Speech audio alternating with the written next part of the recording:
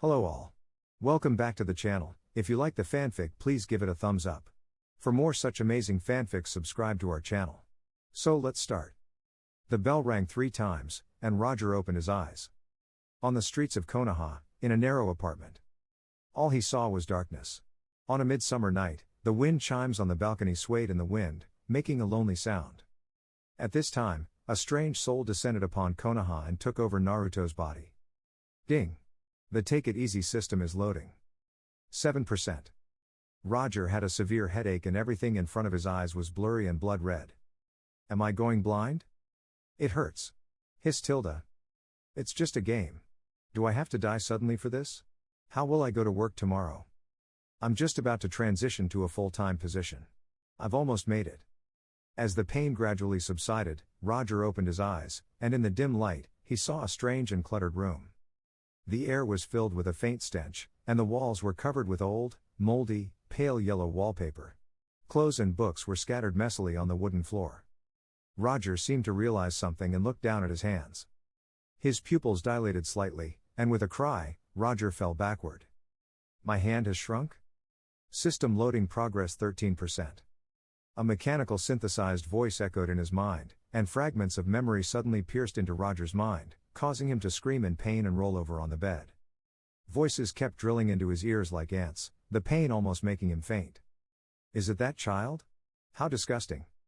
I told you not to play with him. Who knows what that freak might do?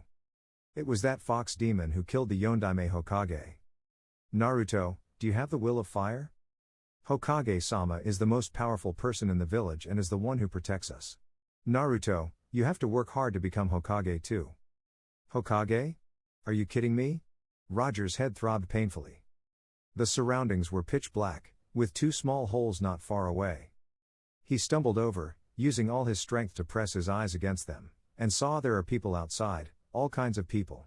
Their eyes were full of disdain, indifference, and resentment. Get lost. You monster. I won't sell anything to you. Get out. Why don't you just die?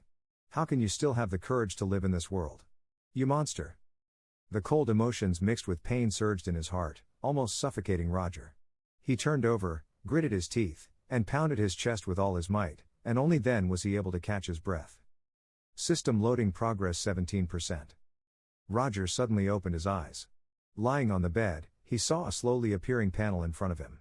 He had read many novels and played many games, so he roughly understands his current situation. He had crossed over and become Uzumaki Naruto from Naruto. At the moment, he should still be in the academy, and is about to face the Jinan graduation exam. What comforted him was that despite the transmigration, the system unique to outsiders was also fully equipped on him. It seemed to be still loading, but what kind of system was it? Whatever, having a system is better than having no system at all.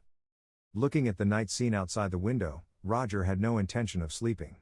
He turned over, got out of bed, and fumbled to turn on the room light. With a click, the bright light dispelled the uneasiness in his heart. From now on, I am Uzumaki Naruto.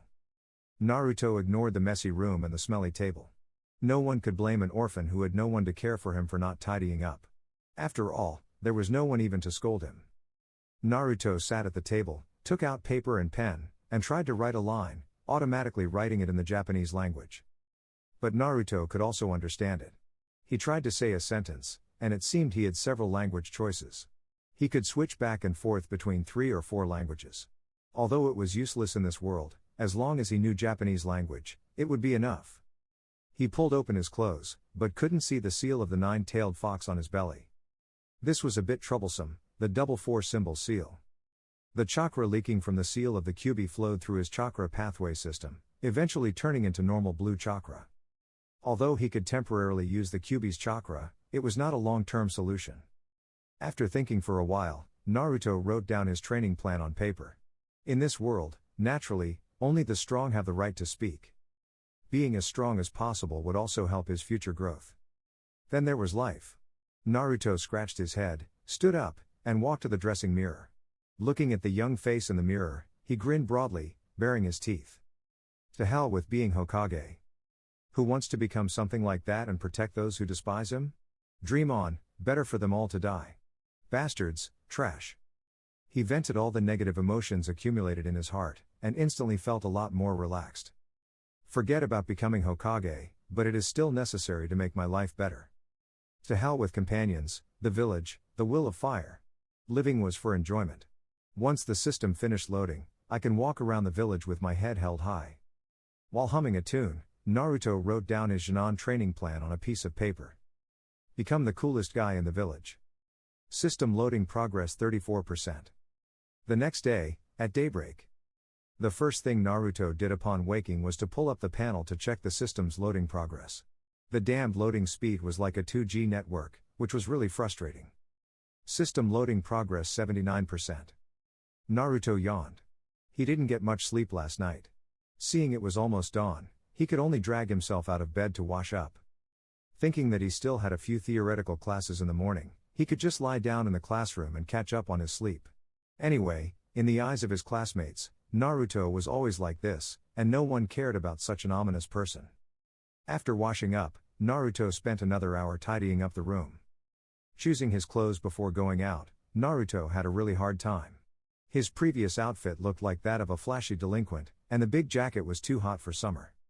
After hesitating for a moment, Naruto chose a casual black short-sleeved shirt with brown shorts, and did not take the goggles on the table.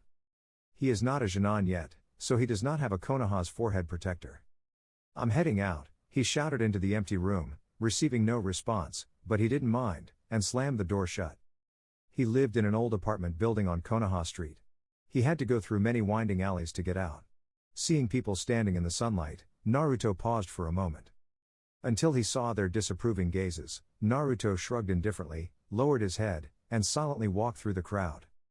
The villagers' expressions were cold and indifferent, their eyes casting disdainful glances at Naruto before quickly looking away.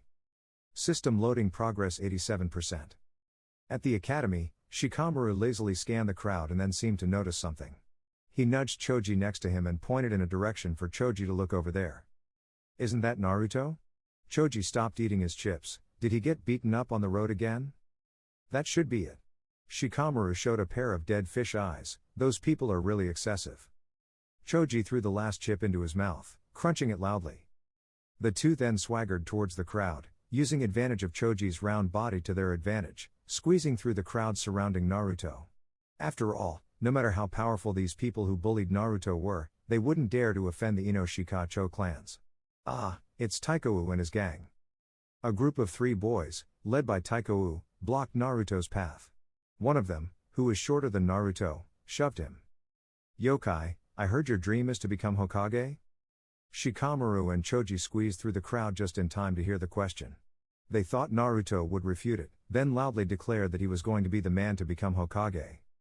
However, Naruto remained unusually quiet. Sunlight streamed through the gates of the academy, casting a black and white line at his feet. Naruto stood in the sunlight, his blonde hair seemed to have lost its former sharpness, but he didn't shy away, and his gaze is fixed intently on Taiko. The childishness in him had faded, crushed by indifference. It was as if he had become a different person. Everything from before was like ashes, blown away cleanly by the summer breeze. "Your eyes are disgusting. Keep staring, and I'll beat you up." System loading progress 99%. Another person stepped forward and shoved Naruto, causing him to take a few steps back. The surrounding people just watched, chatting and laughing among themselves, with no intention of stepping forward to stop it. "Damn it. Those guys from the small clans are too much." Choji was so angry that he was about to step forward to stop them. Shikamaru sighed, then said what a drag, as he slowly walked towards Naruto too. System loading progress 100%. Option 1, push down the 3 people in front of you and loudly declare that your dream is to become a Hokage stronger than the Yondaime Hokage. Reward, proficiency in the 3 basic techniques. Option 2, deny your dream of becoming Hokage and avoid conflict. Reward, the side effect of chakra disorder in your body disappears. Naruto saw the panel, but seeing that no one around him reacted, he immediately determined that he was the only one who could see it. Relieved, he focused on the options. The 3 basic techniques were crucial for the graduation exam at the academy. Mastering them would ensure his graduation.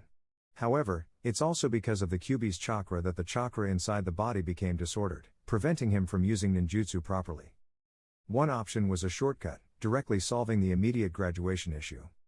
The other addressed the root cause of the chakra disorder. Even if he still needs to spend time practicing the three-body technique afterwards, it looks more worthwhile. That. Naruto-kun. Hinata, who appeared out from nowhere, said timidly. Eh? What did you just say?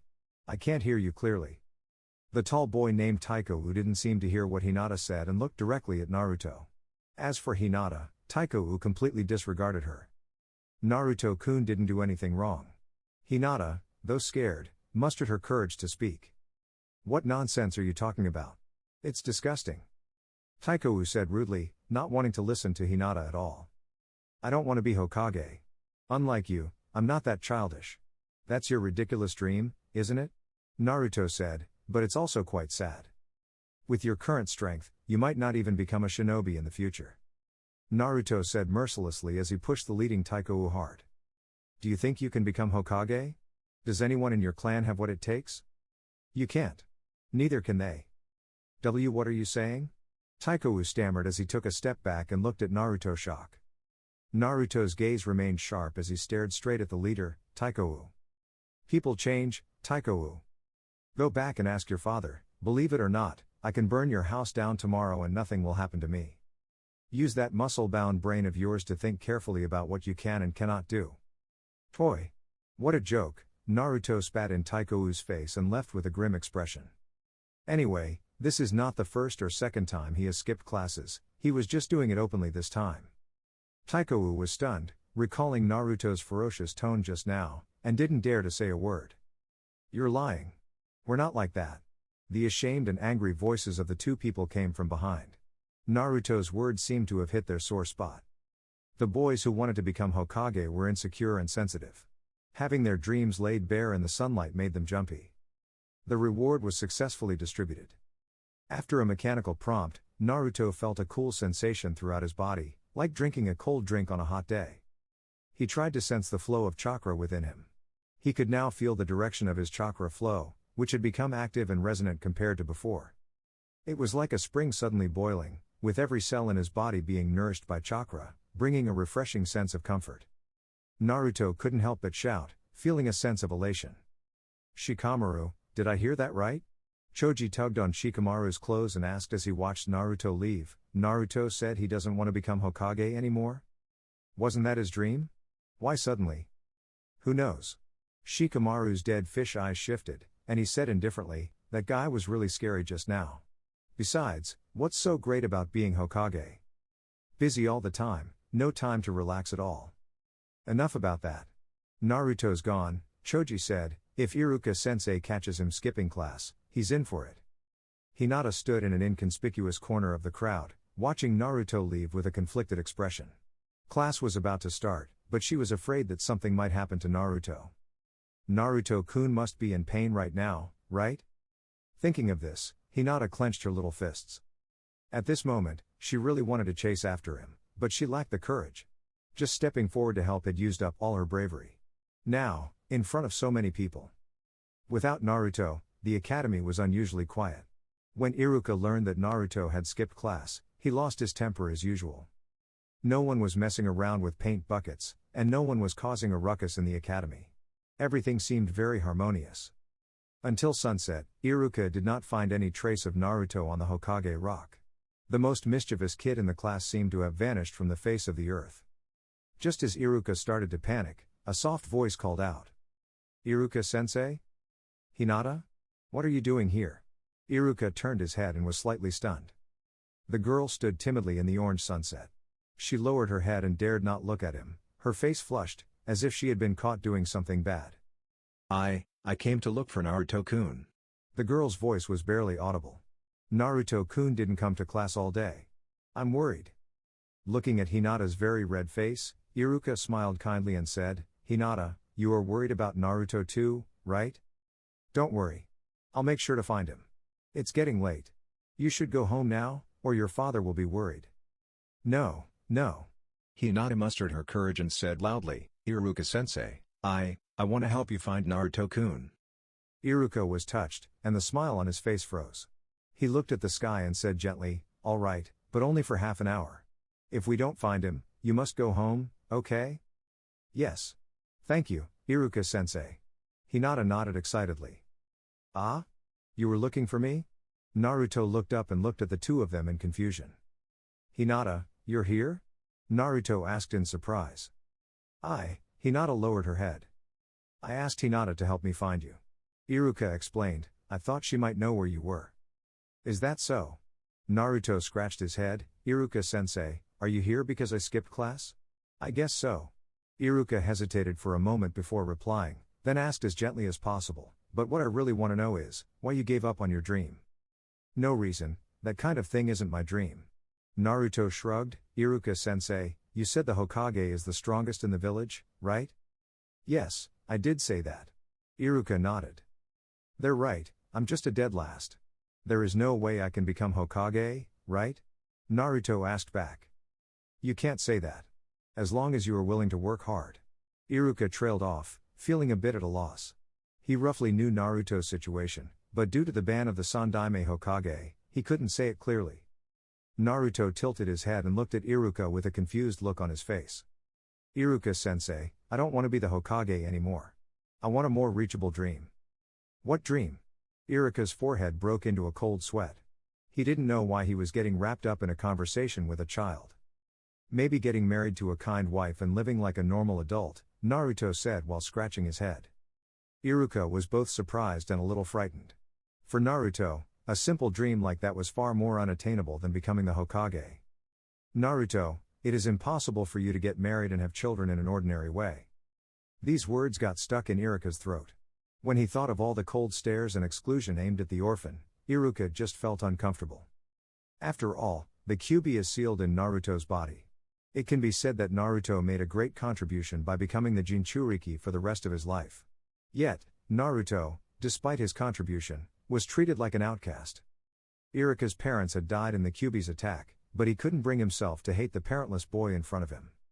After all, it wasn't Naruto who was wrong, it was Kyuubi.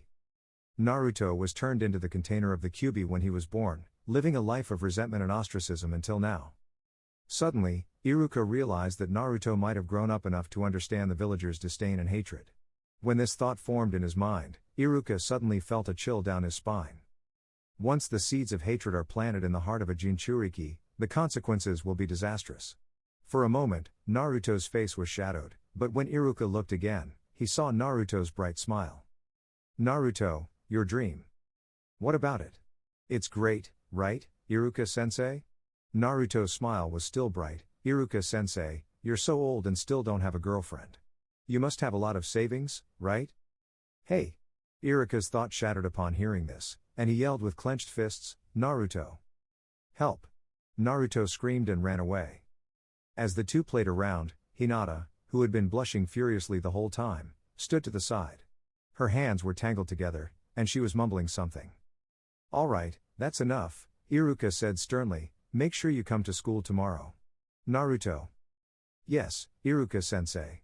Naruto lowered his head, looking obedient. Both of them then looked towards Hinata, who was silent with her head lowered. She uttered an ah and her face quickly turned red again. Naruto, you should go home on your own. I'll take Hinata home first. Will you be okay on your own? Iruka said, holding his forehead. Just as Naruto was about to agree, the system interface suddenly popped up again. Option 1, pursue Sakura. Reward, S-rank ninjutsu. Option 2, pursue Hinata, avoid 10 years of detours. Reward, Kyuubi's approval, you can use Kyuubi's chakra at will. Note, option 1 will grant you immediate mastery of a random S-rank ninjutsu, with a certain probability of obtaining a rare would-release ninjutsu, while option 2 offers progressive rewards based on the pursuit's progress. Do I even need to think about this? The power of the Kyuubi is not comparable to an S-rank ninjutsu at all. Besides, even if there is no reward, if I had to choose between Sakura and Hinata, of course I would pick Hinata without hesitation. If nothing else, I should let my future children eat the soft one, right?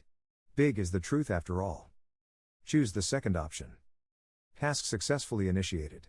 Please prioritize completion. Iruka-sensei. Naruto suddenly interrupted, let me walk Hinata home. Ah. Hinata turned beet red upon hearing this and immediately turned away. Huh? Iruka looked at Naruto with some confusion. I know where Hinata's home is. I've sent her there before. Naruto explained with a smile, Iruka-sensei, It's not on your way and would be too much trouble for you, right? This. Iruka hesitated, but thinking about the cold demeanor of the Hyuga clan's members, he agreed. Alright then, Naruto, make sure you protect Hinata and act like a true gentleman, Iruka said with a smile. Yes. I'll take good care of Hinata. Naruto responded with a bright smile. After Iruka left, Naruto patted Hinata on the shoulder. She was startled, and tears welled up in her eyes. It's okay, I'll walk you home, Hinata. Naruto smiled gently and his voice became much softer. Thank you, and Naruto-kun. Hinata's voice was very quiet. Then, give me your hand. Why? Hinata was startled, her face turning even redder, stuttering as she spoke. It's dangerous for a girl to walk alone at night. Holding hands will make us both feel safer, right? That's true, but... Naruto-kun's hand. Hinata hesitated. What's wrong? Does it bother you? I'm sorry. No. It's not. Hinata shook her head like a rattle, then carefully extended her hand, her heart pounding. When she felt the warmth of Naruto's hand, a sense of comfort washed over her, instantly calming her anxious emotions. Naruto-kun didn't lie. It does feel more reassuring. But this is already considered holding hands, right? What on earth was I thinking? Naruto-kun probably doesn't see it that way. Looking at Naruto walking ahead of her, Hinata suddenly felt a wave of panic. Naruto-kun is truly a kind person at heart. Naruto, who was walking in front while holding Hinata's hand, was completely unaware of Hinata's thoughts. Feeling the Kyuubi's chakra overflowing from his body and constantly circulating in his chakra pathway system, he couldn't help but feel delighted. Sure enough, it succeeded. Naruto sent Hinata to the gate of the Hyuga clan's compound and stopped. Without a necessary reason, the Hyuga clan didn't welcome outsiders, especially not him. Thank you for walking me home, Naruto-kun. Hinata bowed to Naruto, her ears red, her slender neck flushed. I should be thanking you. After all, Hinata, you were looking for me. Naruto waved at Hinata. Have a good night's sleep, Hinata-chan. After saying that, Naruto turned and ran off in the opposite direction, disappearing into the night. Hinata lost herself in the calls of Hinata-chan and whispered softly while clinging to the wooden door. See you tomorrow, Naruto-kun. With a creak, the apartment door was opened from the outside. The dim hallway light sliced into the entranceway like a blade, elongating Naruto's shadow and casting a monstrous image on the shoe cabinet. He lowered his head to change his shoes, and turned on the light. Naruto stood on the balcony, feeling the breeze while a bowl of instant noodles on the small table behind him steamed. He had intended to buy some vegetables, but it was too late, and he was chased away with disgust. If there had been more people around or if Naruto had gone earlier, perhaps the shopkeeper wouldn't have shown such a disgusted expression. He wasn't sure if the Anbu were still monitoring him, or if his words from earlier in the day had reached Sandaime Hokage's ears. After all, a Jinchuriki was the village's most potent weapon. If their attitude toward the village changed, it could lead to disastrous consequences. But Naruto didn't care. He had no thoughts of revenge against the village. He didn't even harbor any dark thoughts in his mind. He just wanted to take it easy. It's cool to take it easy, okay? With the system at his side and being the reincarnation of Asura, why not take the easy path if the system's power surpasses that of the Kyuubi and possibly any other force in this world? In order to gain everyone's recognition, the original Naruto wants to become the Hokage and protects those who discriminated against and bullied him even if it means risking his life. This is too ridiculous. People live in this world to show their own value, not to gain value from others. When you walked on the streets and being looked at with disdain by others, you will feel inferior and sensitive, which leads to guilt and disappointment. This is a people-pleasing personality, hoping to be recognized and accepted by others. The current Naruto is no longer the original Naruto. He knew well that always being a nice guy would only lead to being looked down upon. There was no need to seek others' approval, and all he had to do is learn to make peace with himself.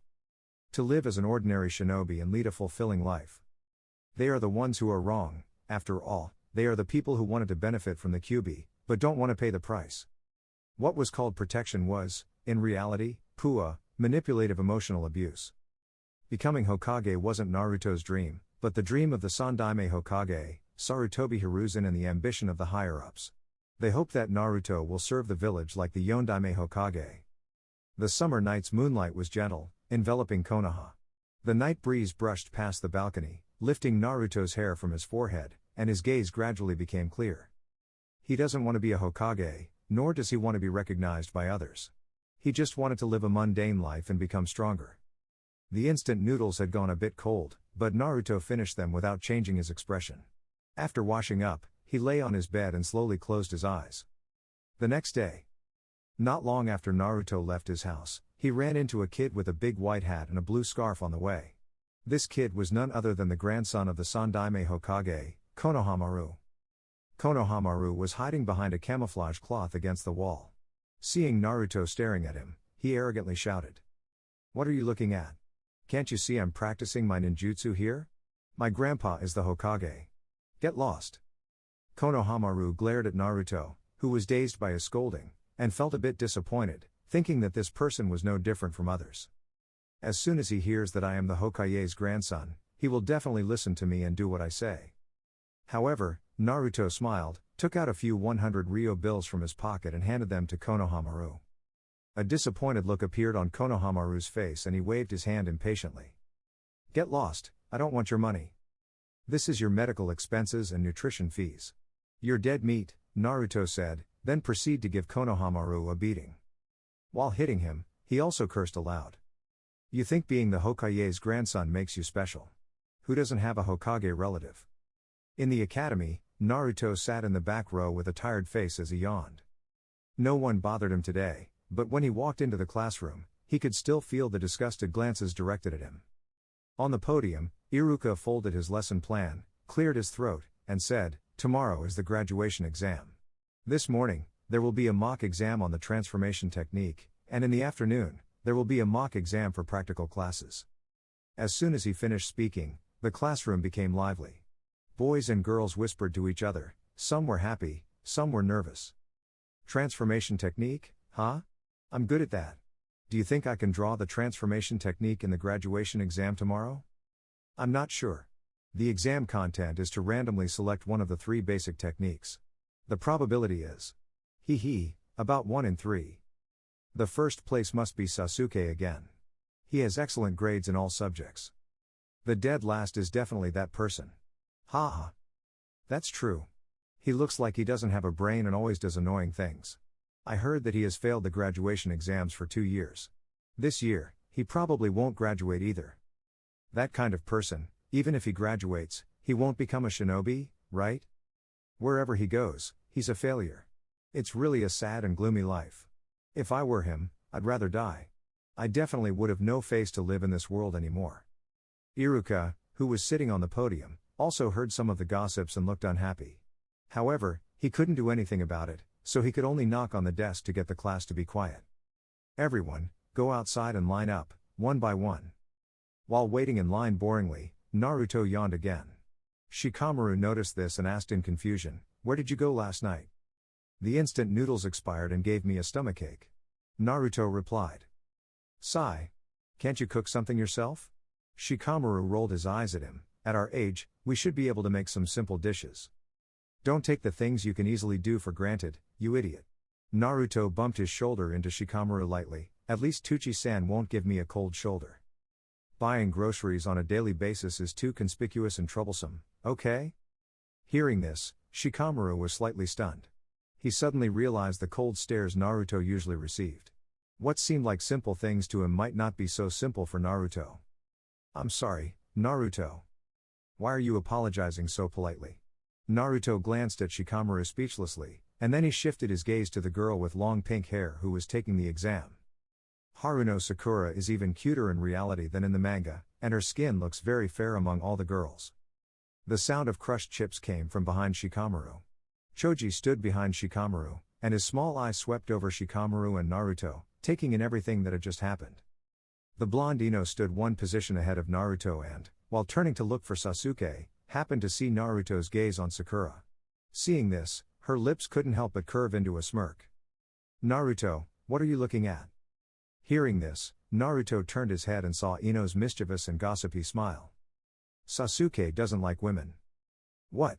Ino's face instantly fell, her eyes wide with shock, feeling like she had been hit by a ton of bricks. "Damn you. What did you say?" "Hey. Ino, don't get worked up. Let go, Ino. Naruto will die." Choji didn't even have time to eat his chips before rushing forward to mediate. Let go. I'm going to bite this bastard to death. Damn it, the furious Ino was being restrained by Choji, and she desperately tried to beat up the annoying Naruto in front of her. Seeing this, Shikamaru hurriedly separated the two. At this moment, Iruka's angry voice was heard in the classroom. Quiet out there. Next. Uchiha Sasuke. Uchiha Sasuke, perfect score. With Iruka's approving voice, the students crowded at the door, trying to see the scene inside. As expected of Sasuke. That's the Uchiha clan's genius, a perfect score. Amazing.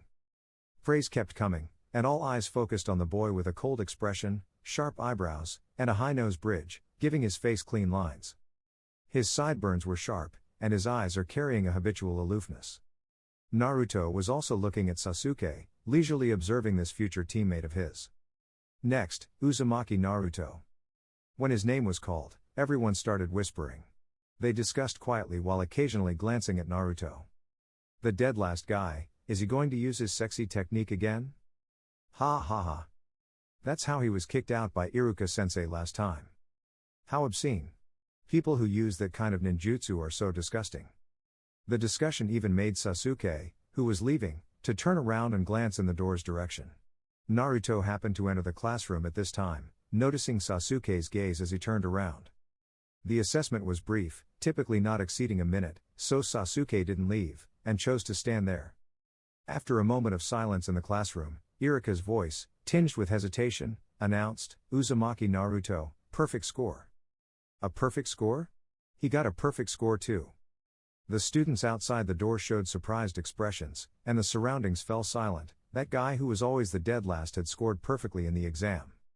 Even though the three basic techniques didn't represent the final overall score, it was a crucial part of the ninjutsu assessment.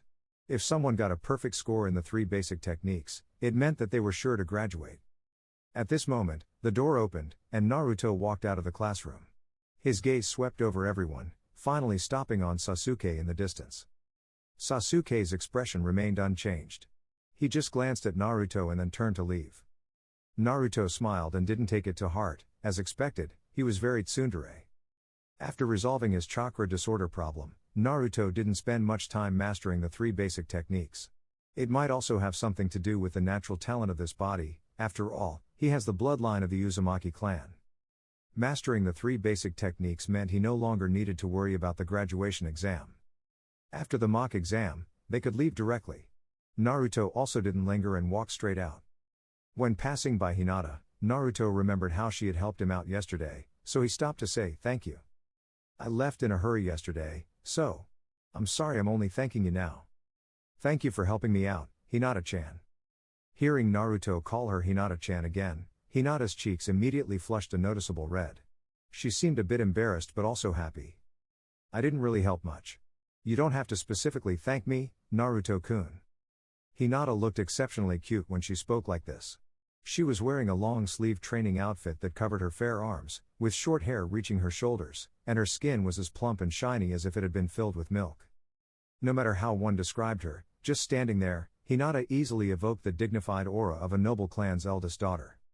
It was precisely this dignified yet slightly shy demeanor that made her even more stunning, probably the so-called noble lady persona. "Not at all, it's all thanks to you, Hinata-chan," Naruto said, noticing that Hinata was becoming more and more embarrassed.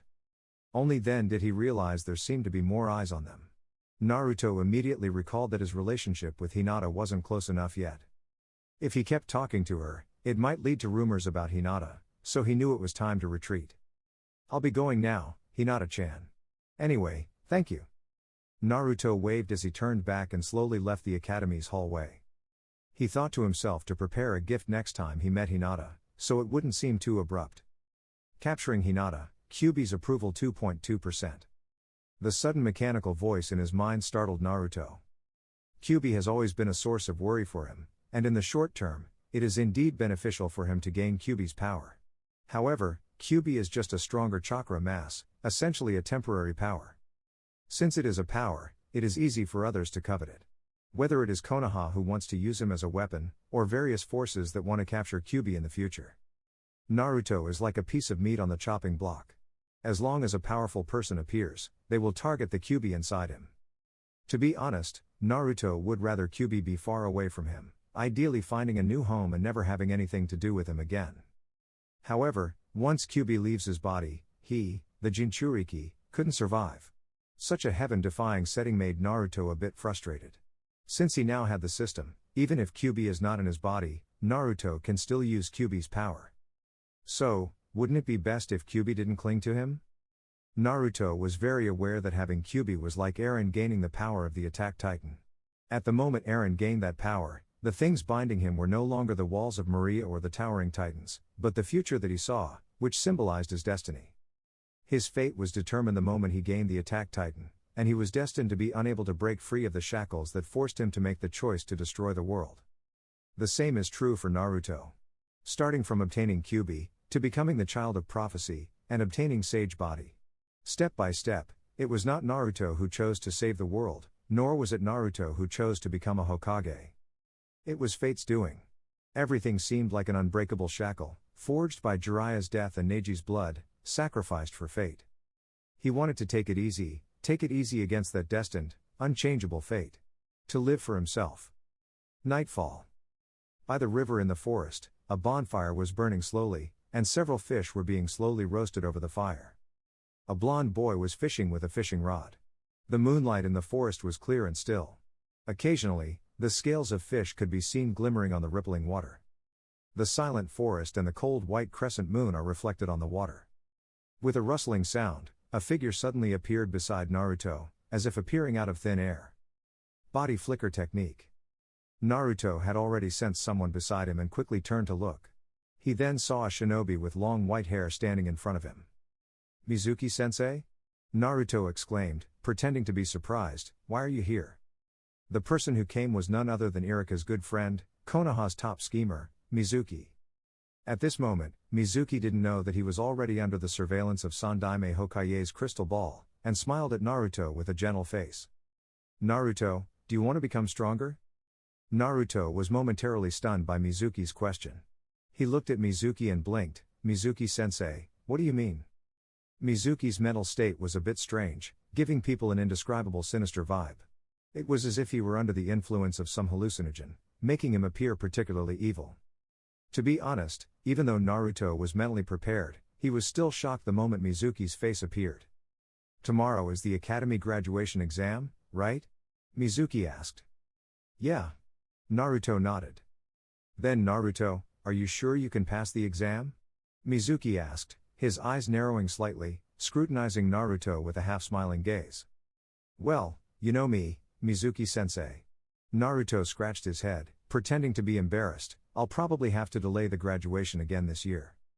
"Then, do you want to become stronger, Naruto? I happen to know a secret that will definitely help you pass the graduation exam." Hearing this, Naruto's eyelids twitched slightly. If Mizuki knew that Naruto had gotten a perfect score on the transformation technique test this afternoon, he wouldn't be saying this to Naruto now. However, Naruto had not seen Mizuki at the academy today, so it was normal for him not to know about this, which meant that Mizuki had not looked for Iruka, but had come directly to him.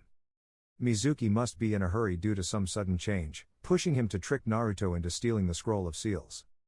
But the problem was that the Scroll of Seals was a conspiracy of the village's higher-ups. Naruto was also extremely speechless about this. "Are you guys worried about the mental state of the Kyuubi's Jinchuriki? Are you afraid that the Jinchuriki will develop hatred towards the village? Now you are going to so much trouble to brainwash me with the idea of comrades' recognition? What were you doing before? Speaking of which, this village is also strange. The brain circuits of the higher-ups seem to be in the gutter. If their purpose was to protect the information about the Jinchuriki and keep people from knowing Naruto is the Yondaime Hokage's son, then what the hell was the point of leaking the news about Kyuubi? They tried their best to block the news that Naruto was the son of the Yondaime Hokage, but allowed the rumor that Naruto was a demon fox circulating?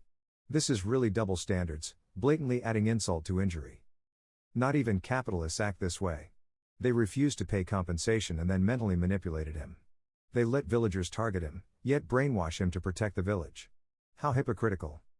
The stage is set, actors are in place, and a brainwashing drama targeting the Kyuubi's Jinchuriki is about to begin.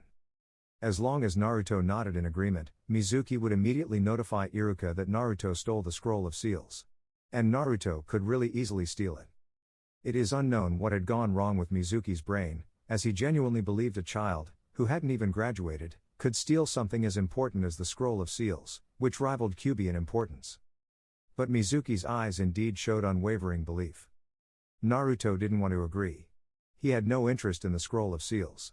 After all, with such a short time, he could only learn the shadow clone technique, which wasn't very significant for someone with the system's support like him. Moreover, he didn't want to get caught up in the tear-jerking situation and pretend to be moved, which would feel worse than death. Given how the village treated him, he could accept protecting those who treated him equally in the future, but it is really hard for him to believe that he can be asked to protect the village. Why should I repay hatred with kindness? No way. Just as Naruto was about to refuse, the system interface popped up again. Option 1. Refuse Mizuki's invitation and tell him to get lost.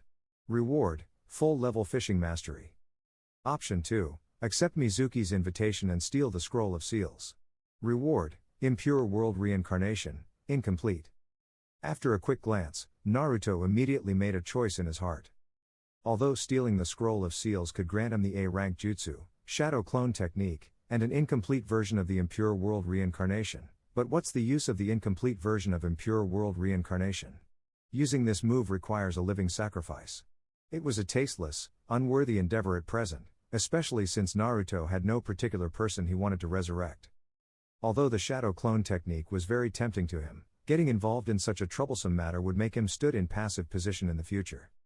Mizuki-sensei, I'm sorry but I must refuse, Naruto said calmly. What? Mizuki was a bit surprised. It seemed that he didn't expect Naruto to reject him. After all, in his impression, Naruto was always a simple-minded, impulsive deadlast. Why? Naruto, this is a precious opportunity.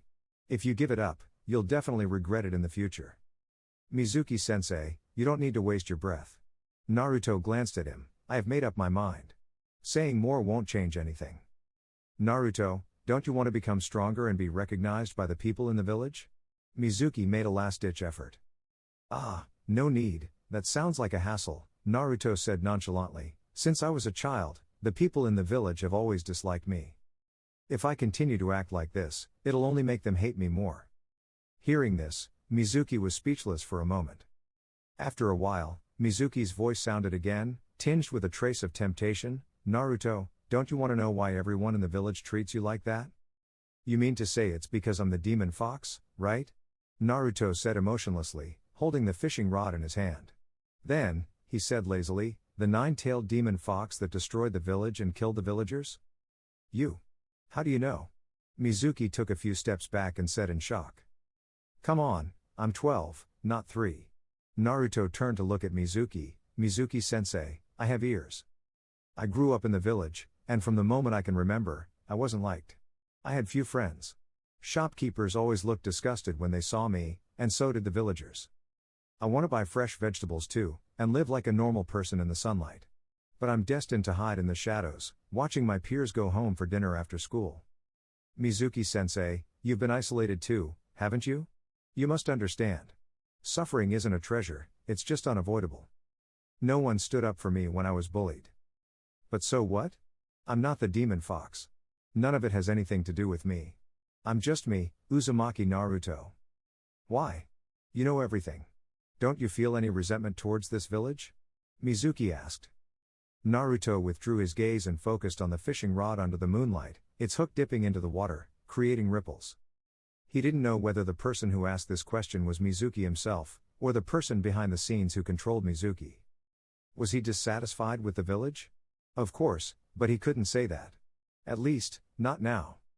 After a long silence, a mechanical voice echoed in Naruto's mind. Full-level fishing mastery has taken effect. A grass carp was caught by Naruto, and his voice was heard at the same time. The sound seemed very calm as it merged with the night breeze. No. Mizuki eventually left, and Naruto continued fishing by the river. With the help of the full-level fishing mastery buff, it wasn't long before he successfully caught a large basket full of wild fish. Including the 2 he had already roasted and eaten, Naruto didn't actually need that many fish. Without a refrigerator at home, taking them back would just lead to spoilage.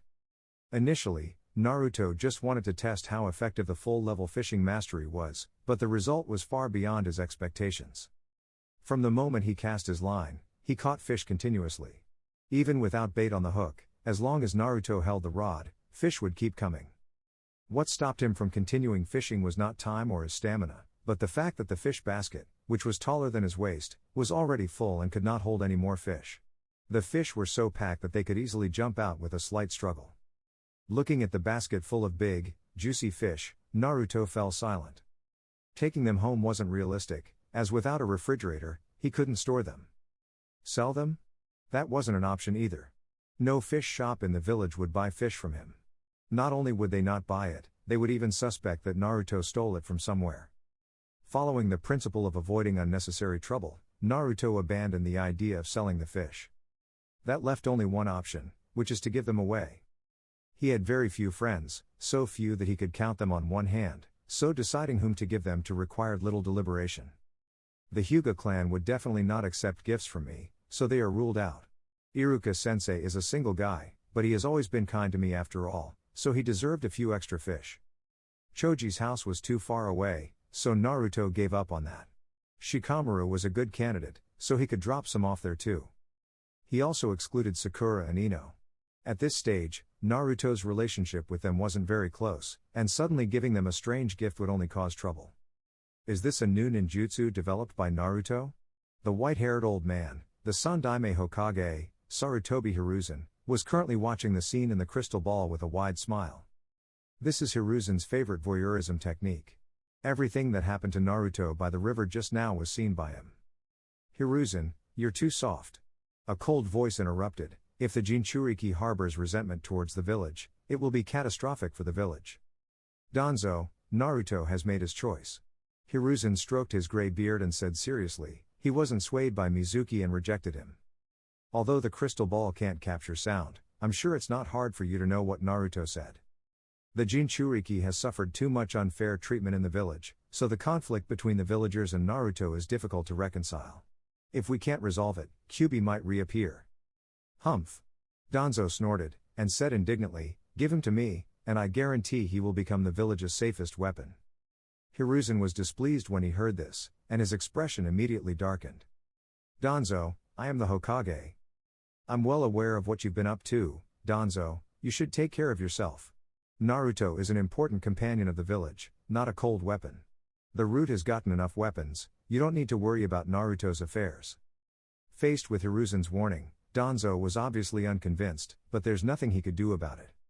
The person sitting in that position was Sarutobi Hiruzen, not him, Shimura Danzo, and this almost become his lifetime regret.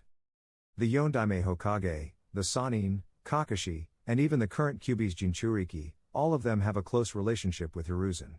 Danzo knew that the Hokage's position might only be passed back and forth among them. This old fox Hiruzen wanted to change the entire Konoha village by himself. He's delusional. Konoha village is not his village alone. Hiruzen, you will regret this. Danzo threw out this parting words before slamming the door behind him. Sigh. Hiruzen didn't say anything more, just sighed softly. Outside Shikamaru's house. 3 knocks broke the quiet atmosphere, and the person who came to open the door was Nara Shikaku, the scar-faced Konoha's top think tank and military strategist. As the door opened, the bright light from inside spilled out like silk threads, illuminating Naruto's feet. Seeing Naruto covered in fishy smell, Shikaku was somewhat surprised. Naruto? What brings you here? Isn't tomorrow the academy graduation exam? The main reason why Shikaku was so surprised was because Naruto rarely came to his house. Even when he came to see Shikamaru, no matter how much he was invited inside, Naruto would never come in.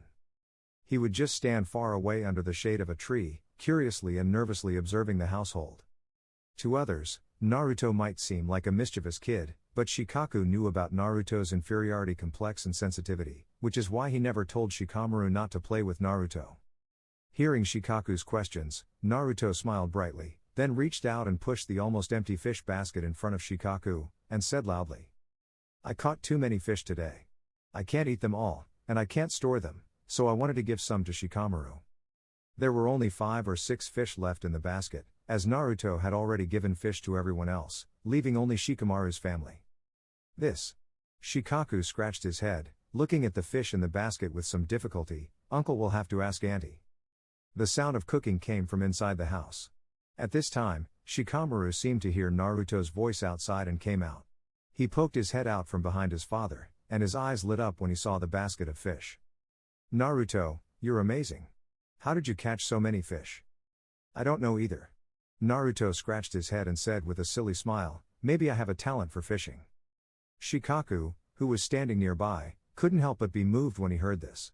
He thought to himself, for such a young child to have such skill in fishing, he must have gone through a lot of hardships to practice it. The big fish in the mountains are very smart and it is not easy to catch them even with bait. Shikaku had tried fishing there before, but gave up after coming back empty-handed a few times. Naruto, wait a moment, Shikaku said, leaving Naruto and going back inside. After a while, he returned, placing a box of snacks and a box of food in Naruto's hands. Shikaku looked at the somewhat bewildered Naruto and smiled. This is our thanks for your gift, please accept it. Naruto looked at Shikaku, then looked down at the 2 boxes of food in his hands, then turned to look at Shikamaru beside him. Take it, Shikamaru said, looking nonchalant as he held his head. If my mom finds out you didn't accept it, she would probably feel so guilty that she couldn't sleep all night. Thank you, Naruto said with a smile, then turned to leave. Naruto. Shikamaru suddenly called out to him, we have the graduation exam tomorrow, don't oversleep. Got it. Naruto waved his hand, seemingly taking the advice to heart. Even after his figure disappeared into the night, Shikamaru's worried expression didn't ease. What a drag. I wonder how long it'll take to eat all these fish, Shikamaru said, bending down and fiddling with the black fish in the basket. Naruto must have spent a lot of time at the river to catch these fish, Shikaku said, rubbing the scar on his face. I used to fish there in the past, but I didn't catch anything even after half a day. That kid. If I invite him for a meal, he'd surely refuse. I wonder if he liked our gift. Don't worry about that. Naruto is just like that, Shikamaru said lazily. Dad, you can be quite intimidating. You brat, what are you talking about? Naruto is used to being alone. Although he seems indifferent to many things, being invited to a family dinner would only make him feel awkward and uncomfortable, Shikamaru said as he stood up. Shikaku didn't say anything, and thinking about Naruto's life experience, he fell into a long silence. The next day, the academy graduation exam began. The academy's entrance was much more lively than usual, with many parents accompanying their children for the graduation exam, gathering noisily at the entrance. Before the exam started, the area was usually cleared to prevent the parents from being too noisy and affecting the exam. Naruto arrived at the school early, sitting on the swing under the big green tree, until he saw Hinata passing by and jumped down to approach her. He wasn't wearing his usual orange jacket today, but a simple black t-shirt. The cotton jacket was too hot, and he still didn't have the courage to wear it out. Hinata, good morning. Gee, good morning, Naruto-kun. Hinata was startled, and her face instantly turned red. She avoided Naruto's gaze and responded in a small, stuttering voice. This is for you, Naruto said, taking out a small object from behind his back. It was a small wooden carving, vividly depicting a chibi version of Hinata. The carving was only about the size of 3 fingers and looked extremely cute. Did you make this yourself, Naruto-kun? Hinata blushed, but her eyes could no longer move away from the small wooden carving. Yeah, I happen to know a bit about carving, so I made it for you. In fact, he knew more than just a bit. Before crossing over, he had been learning wood carving from his master since he could remember. He had practiced diligently for 15 years through all seasons, never stopping during summer or winter breaks. Hinata's face turned even redder as she accepted the carving and softly thanked him. I remember your grades are always very good, right? Then do your best in the exam, Naruto said, waving goodbye as he turned to leave. QB's approval 2.2%. The system is indeed not so easy to fool. The wooden carving could make Hinata blush deeply, but the system seems to have noticed Naruto's attempt of cheating points. The system made a fair judgment on Naruto's attempt to take advantage of the loophole. Although the repetitive actions are effective on Hinata, they were not on the system. It seems I need to be more sincere, Naruto muttered in his heart. At this time, Hinata was still very cute, but she's even more reserved than in the anime. She wore a tracksuit and had short hair that reached her ears. Although she speaks in a soft voice, she is very polite to others and has all the attributes of a perfect wife. She is a perfect young lady in every aspect.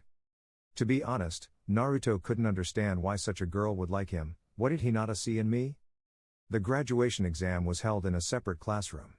Before that, the students taking the exam would be gathered in a large classroom and wait for their names to be called. The exam begins. Irika's stern voice rang out, followed by the electronic bell of the academy. The exam time was short, with one of the 3 basic techniques chosen for the content. Naruto's class was scheduled for the first session, and after 10 minutes, a few students had already completed their exams. Not many people can receive the forehead protector. It's roughly a third of them. And this is just the graduation exam. After all, if they want to become a real Jonin, they have to pass the test of the Jonin instructor as well. Haruno Sakura. Present.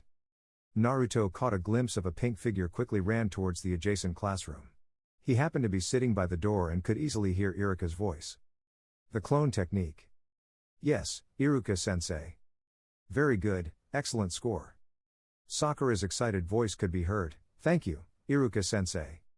Clone technique, huh? Naruto muttered, thinking back to his own practice and finding it not too difficult. The passing standard was to create a clone with almost no flaws, and creating 2 would be considered excellent. As for the perfect score, the conditions are very harsh. For example, Naruto recalled he had seen Sasuke created 3 indistinguishable clones in the clone technique test some time ago. So it can be seen how hard it is to get perfect score. Sasuke was called next. Before he left the classroom, he glanced at Naruto sitting by the door. Seeing this, Naruto raised an eyebrow but didn't say anything. Uzumaki Naruto. After about half an hour, Naruto's name was finally called. To his surprise, Naruto drew the body replacement technique, which is a more difficult ninjutsu. Although it is also one of the basic ninjutsu, it was a step above the transformation technique and clone technique in difficulty. The main challenge lay in the speed of forming the hand seals. The assessment criteria for the body replacement technique are speed and accuracy. Speed tested how fast one could form the hand seals, and accuracy tested the perfection of the technique. If one put their heart into it, passing wasn't difficult, and with effort, it was possible to obtain excellent score. Hey? Someone drew the body replacement technique. Someone in the class shouted, and all of a sudden, those who had taken the exam and those waiting for their turn all gathered around the doors of the examination classroom. What kind of bad luck did Naruto have? He actually drew the body replacement technique, which we rarely see. Shikamaru mumbled, frowning slightly. Everyone felt that it doesn't matter which subject Naruto draws, after all, based on his skill, he will fail. However, after eating the fish Naruto had caught yesterday, Shikamaru suddenly felt a sense of guilt. He vowed not to laugh no matter how funny it was, feeling it would be wrong to do so. This wasn't a joke, as it could affect his karma. Ha ha ha. I hope that guy doesn't transform into something weird, Ino laughed gleefully while slapping Shikamaru's back. Remember the last time he did the body replacement technique? He turned into a half-human, half-log thing. It had me laughing so hard I almost couldn't breathe. Shikamaru didn't react and just shrugged. That's what Naruto is like. He tries so hard but still can't perform the technique properly.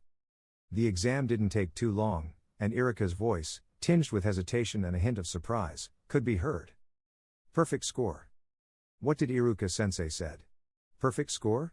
Ino asked, looking at Shikamaru with a questioning gaze. Why ask me? Shikamaru replied indifferently, Iruka-sensei didn't call out the name. Uzumaki Naruto, perfect score. Perfect score? Amazing. Sakura muttered, stunned for a moment. Naruto seems different from before. Ino was completely dumbfounded, thinking to herself, today is really strange. How come that last place guy becomes so powerful now? TSK, that guy Inuzuka Kiba muttered and walked away with the white puppy on his head. As a member of the truancy trio, Kiba was thankful that Naruto's poor grades kept him from being the worst in the class. Sasuke, after watching for a while, also turned away, his eyes reflecting the lush trees at the end of the corridor, showing his usual indifferent demeanor. Sasuke-kun, since we graduated, can we have a meal together? A girl who had just emerged from the corridor's corner asked as she nervously clutched her forehead protector. It was obvious that she had just passed the exam.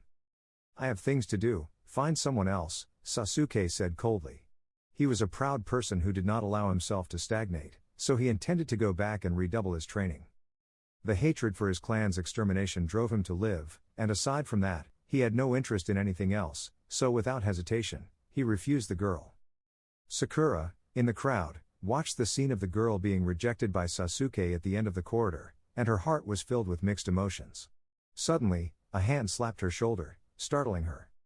"Ino, what are you doing?" "Hee, stop looking.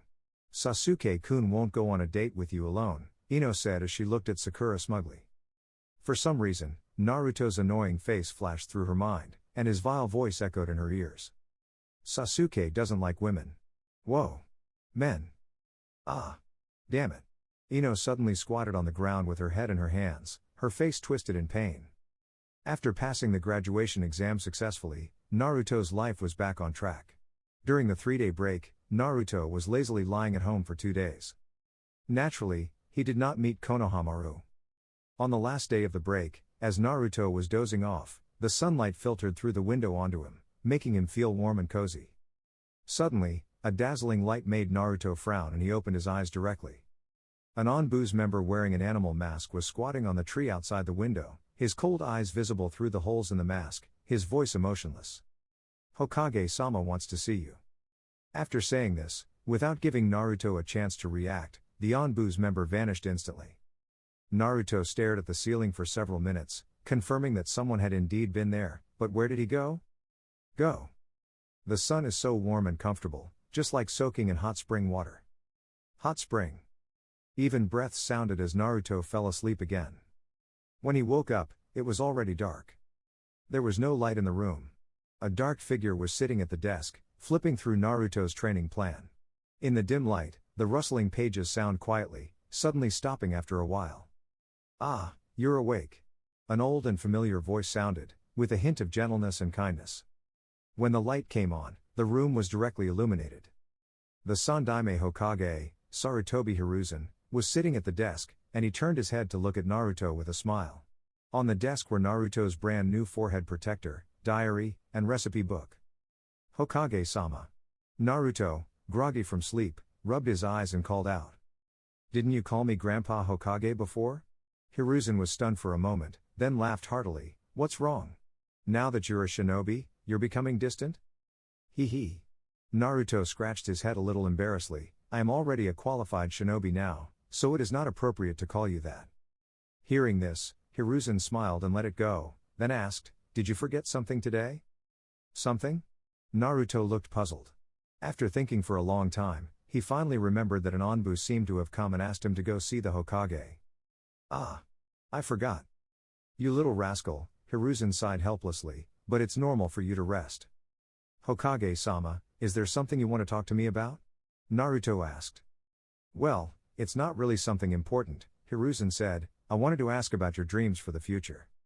"My dream is take it easy," Naruto said without thinking. "Take it easy?" Hiruzen was puzzled. "It means living a stable and relaxed life," Naruto explained. "Have young people become like this now? I guess I'm out of touch with the times," Hiruzen said self-deprecatingly. "But Naruto, wasn't your dream to become the Hokage? What is life like after becoming Hokage? Are you happy?" Naruto asked. "Well," Hiruzen coughed and said, "I'm usually quite busy, and sometimes, Konohamaru would complain that I can't spend time with him. But in order to protect the village and its people, this responsibility drives me forward, even to the point of risking my life for the village at any time. I think I'm probably happy." "Well, that's the life of the Hokage-sama. It sounds tough," Naruto said, sitting cross-legged on the bed, "but I don't want to live such a hard life. I don't want to be looked at with strange eyes anymore. For someone like me, even to have a fresh meal, I have to consider whether the store owner will sell me the vegetables. Even if I become the Hokage, nothing will change. Naruto, if you become the Hokage, the people in the village will definitely respect and love you." Hiruzen tried to persuade. "But Hokage-sama, I'm doing pretty well now," Naruto said, holding his head. "If I don't make mistakes and slowly become an ordinary person, everyone will forget their hatred towards me. Although I don't know why so many people are hostile to me, I think by becoming a shinobi, I probably won't have to deal with such looks anymore." Hiruzen wanted to say something, but the words got stuck in his throat, and he didn't have the courage to say them out loud. He knew that it was his negligence that caused a child to become what he is now. Rome wasn't built in a day. Naruto is an optimistic person by nature, and it is obvious that he has become like this because of the hostility he has suffered over the years. If he wanted to change Naruto's attitude, he may need to guide him slowly in the future. Naruto, if the enemy breaks into the village in the future and wants to harm the people you care about, what will you do then? Hiruzen asked. Naruto thought about it, and after thinking for a moment, he looked at Hiruzen and said seriously, I don't know. Hiruzen left without saying more. Naruto sat at the desk where Hiruzen had been, touching the forehead protector, his gaze gradually turning indifferent. Although this system appeared to be a take-it-easy system, it was actually a competitive one. Naruto could take it easy, but his strength would continuously grow.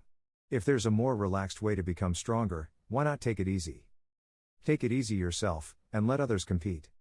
In this terrifying world where strength reigns supreme, having no power means being at the mercy of others. The next morning, Naruto struggled to wake up early. 3 consecutive days of rest made Naruto almost forget that he was still a shinobi. In this world without smartphones and with computers being unaffordable, there weren't many entertainment options. Naruto couldn't understand it. In the shinobi world, there was clearly electricity. And this electricity wasn't generated by lightning released from human bodies, it was actual civilian electricity. This showed that the technological level of this world had already entered the electrical age. Electric poles can be seen everywhere in Konoha village, and there are televisions, refrigerators, and even air conditioners and washing machines and dryers. Naruto was currently in a situation where he was an orphan living on welfare assistance, a genin with no background, no money, and no abilities.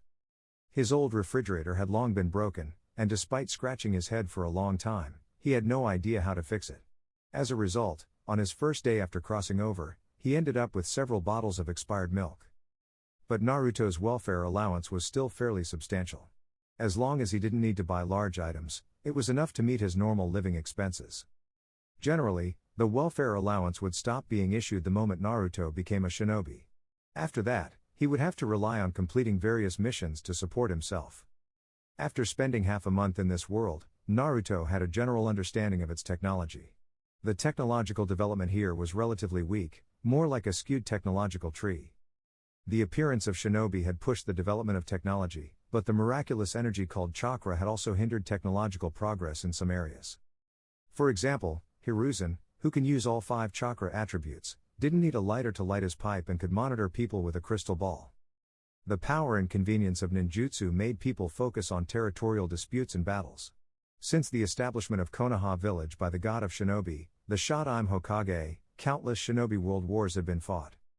Under the shadow of war, rapid technological development was difficult.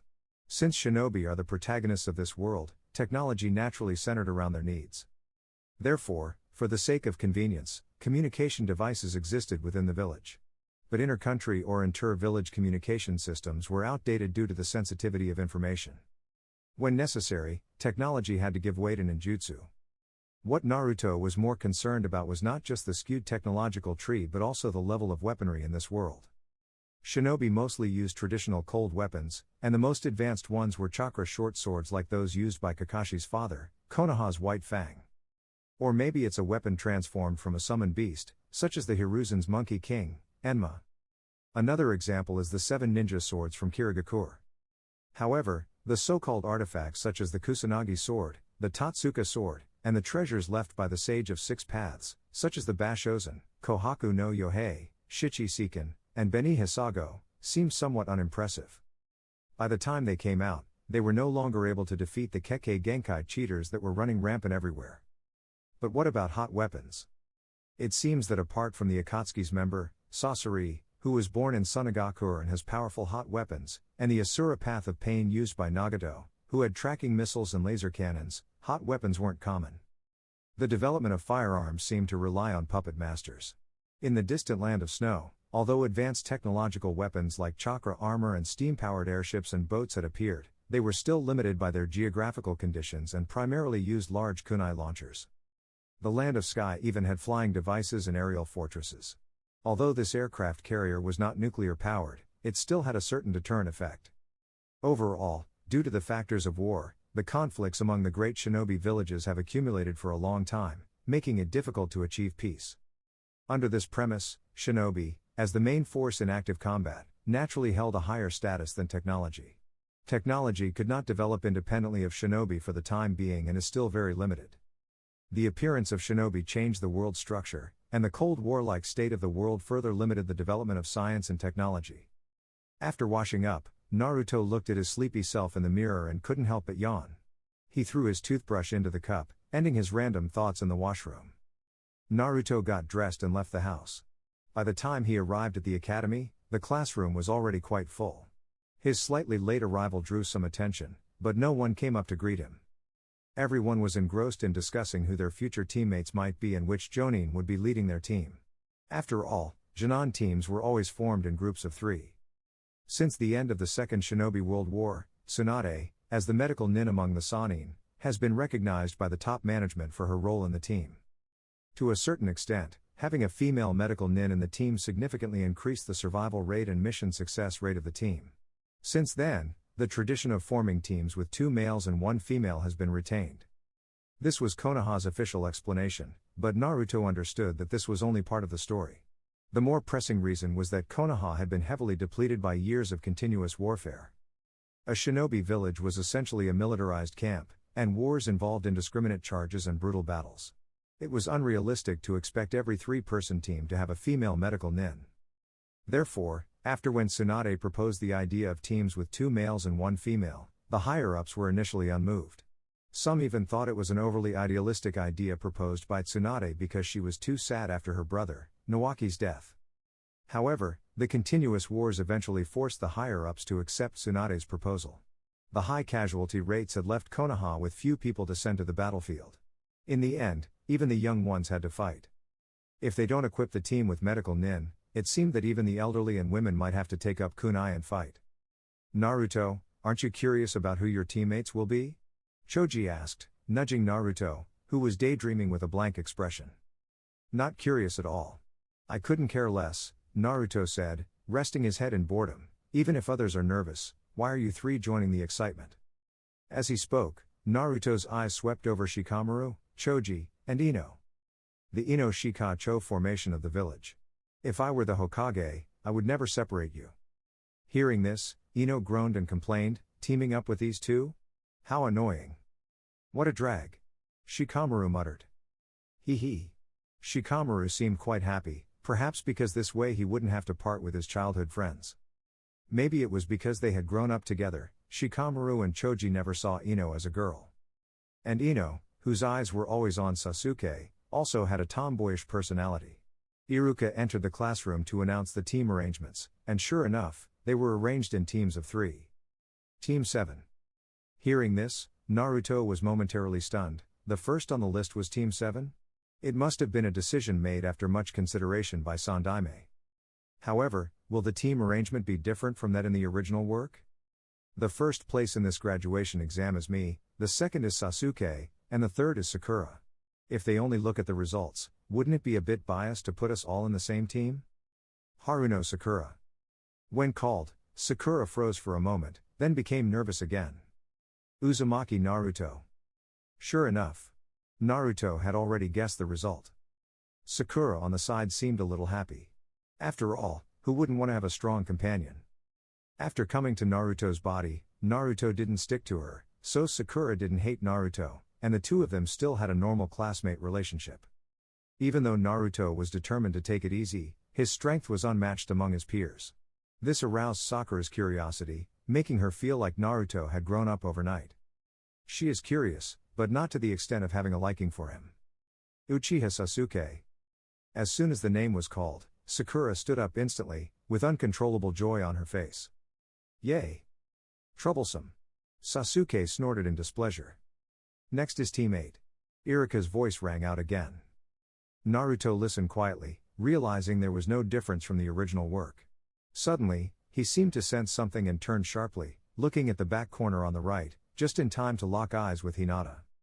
Hinata quickly looked away, her face burning like a clumsy peeper. After the team assignment was over, Sasuke did not leave immediately. Let's go out and have a meal together, Naruto suggested. Sure. Sakura seemed very happy.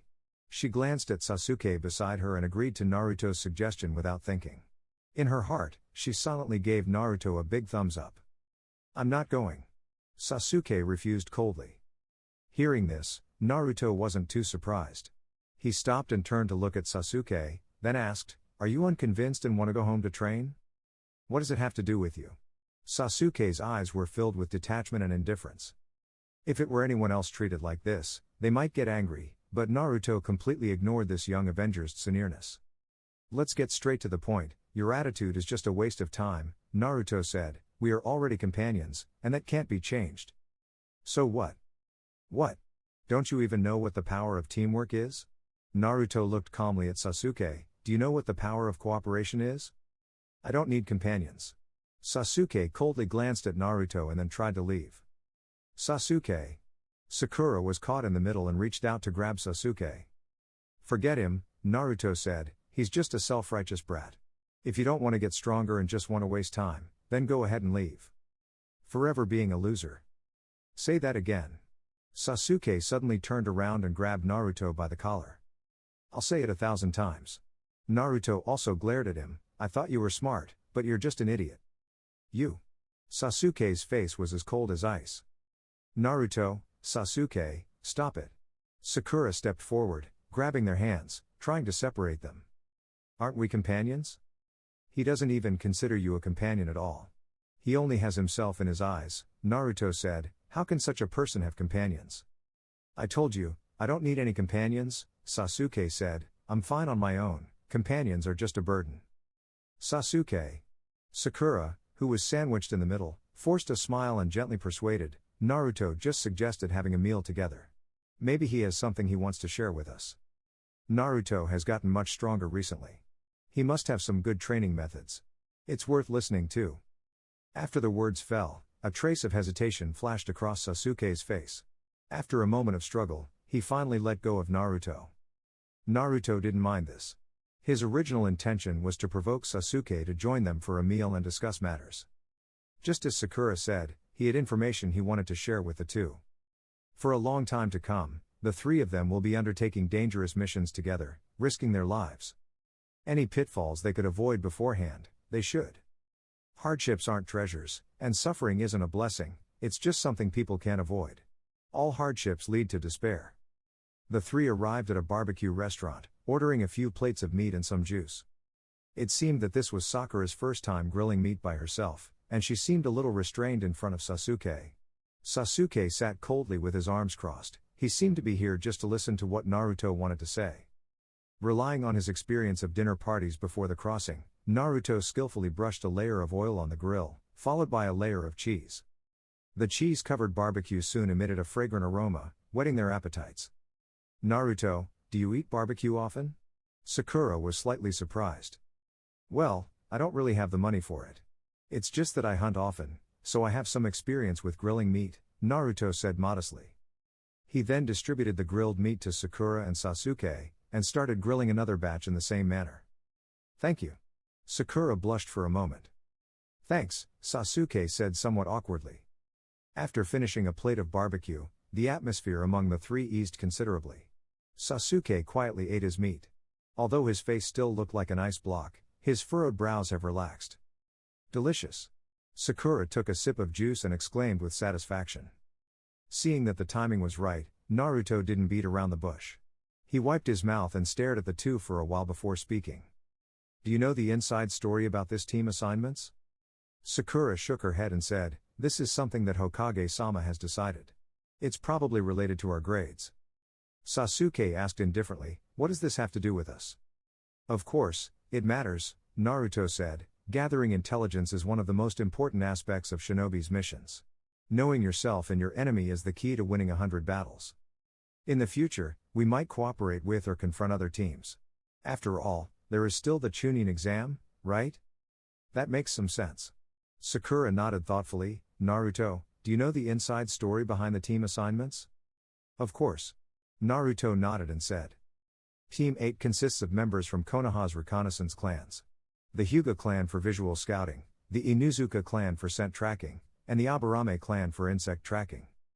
This team assignment should be the result of a discussion among Konoha's higher-ups, who considered everyone's traits and personalities for the team assignments. "What's the point of knowing all this?"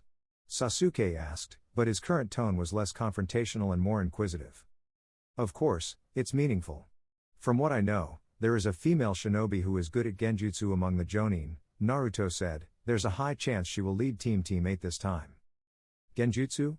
Sasuke frowned. Based on what you said before, the higher-ups seem to want to nurture Team 8 as a reconnaissance team. Why did they assign a Jonin who is good at genjutsu to lead the team? That's true.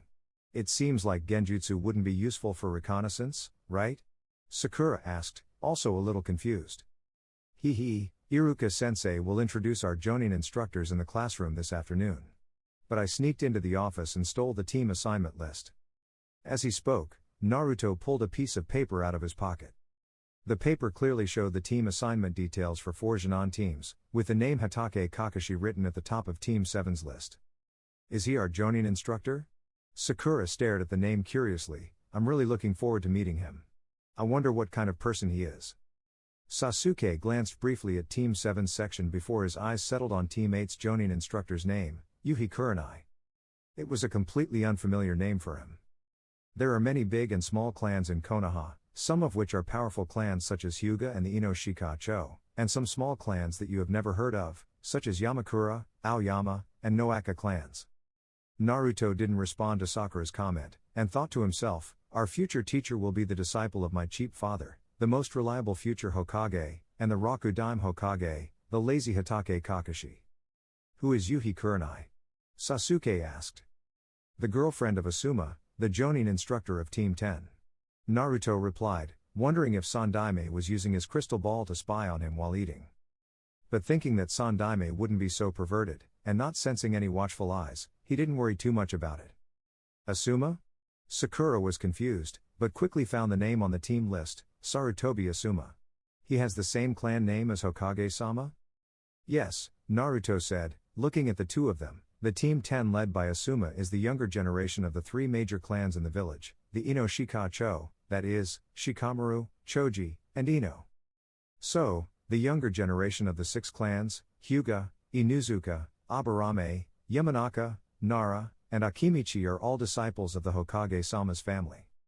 And these 6 clans are staunch supporters of Hokage-sama, so it's not surprising they were grouped this way.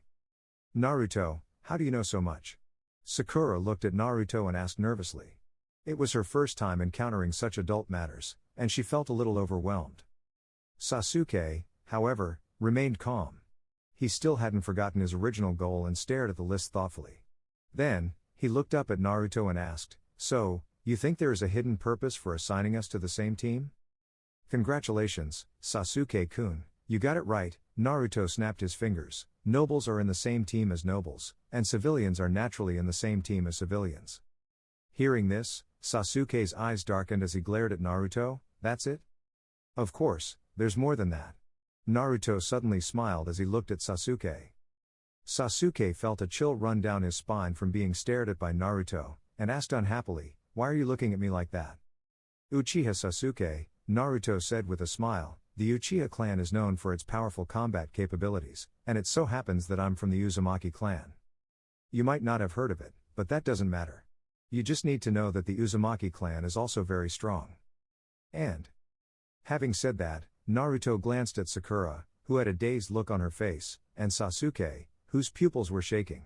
After a few seconds of silence, he lowered his voice and spoke, unfortunately, my clan was wiped out.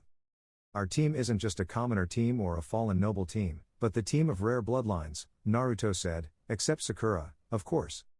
He didn't reveal the truth about the Kyuubi just yet, after all, it was not appropriate to say it now. Sakura sat there in a daze, her hands on her lap trembling slightly. She was at a loss now. She originally thought that this team division was just her pure luck. At the same time, she also has her own little pride. Although her ninjutsu and practical results are not as good as Naruto and Sasuke, her theoretical results are the first in class and her overall rank was 3rd.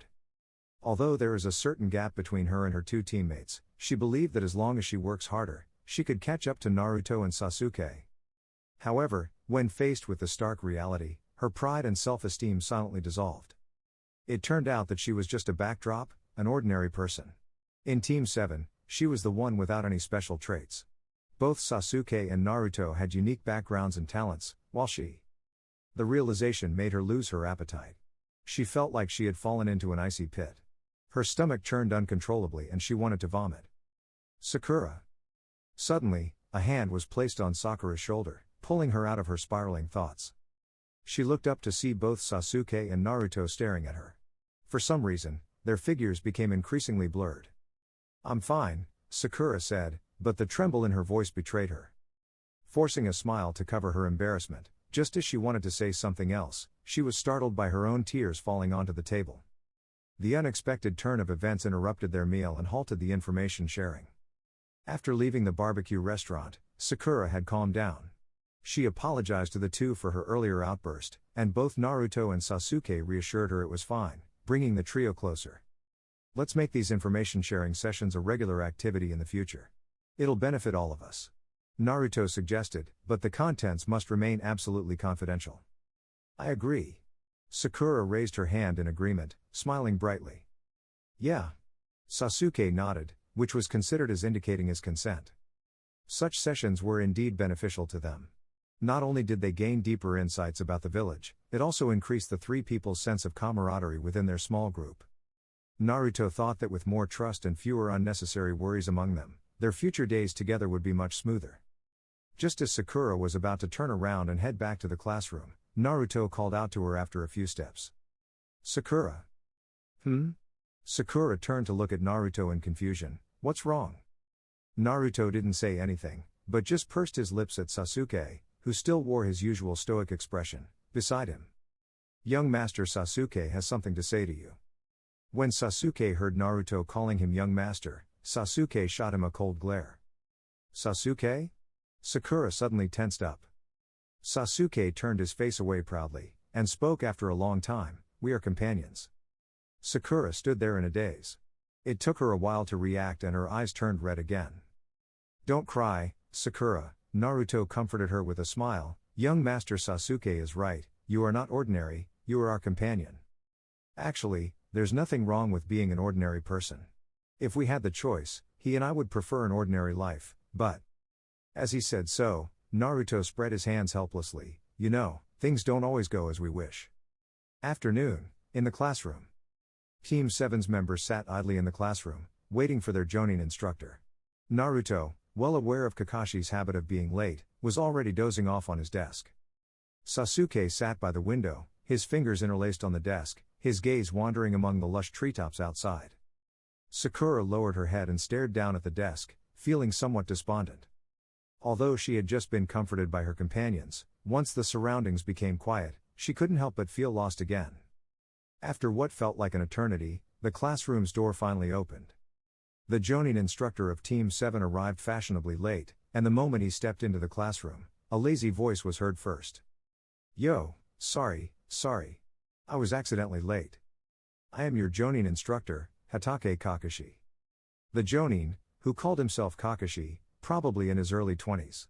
His silver hair stood up like a scarecrow's, he wore a black mask covering his face, and a forehead protector tilted to cover one of his eyes. He was dressed in a black combat outfit with a green Jonin vest, and his eye curved into a crescent as he spoke. Naruto was already awake when he heard the voice. The three of them then looked at Kakashi with a mix of expressions. "Sensei, you're way too late." Naruto took the lead in complaining. "Well, it's because I was helping an old lady cross the street, so..." Kakashi scratched his head, giving a ridiculously far-fetched excuse. "Liar!" Sakura retorted. Kakashi, a bit embarrassed, laughed it off and quickly changed the subject. "Anyway, follow me. We'll talk somewhere else." After the words fell, the three of them stood up and followed Kakashi out of the classroom.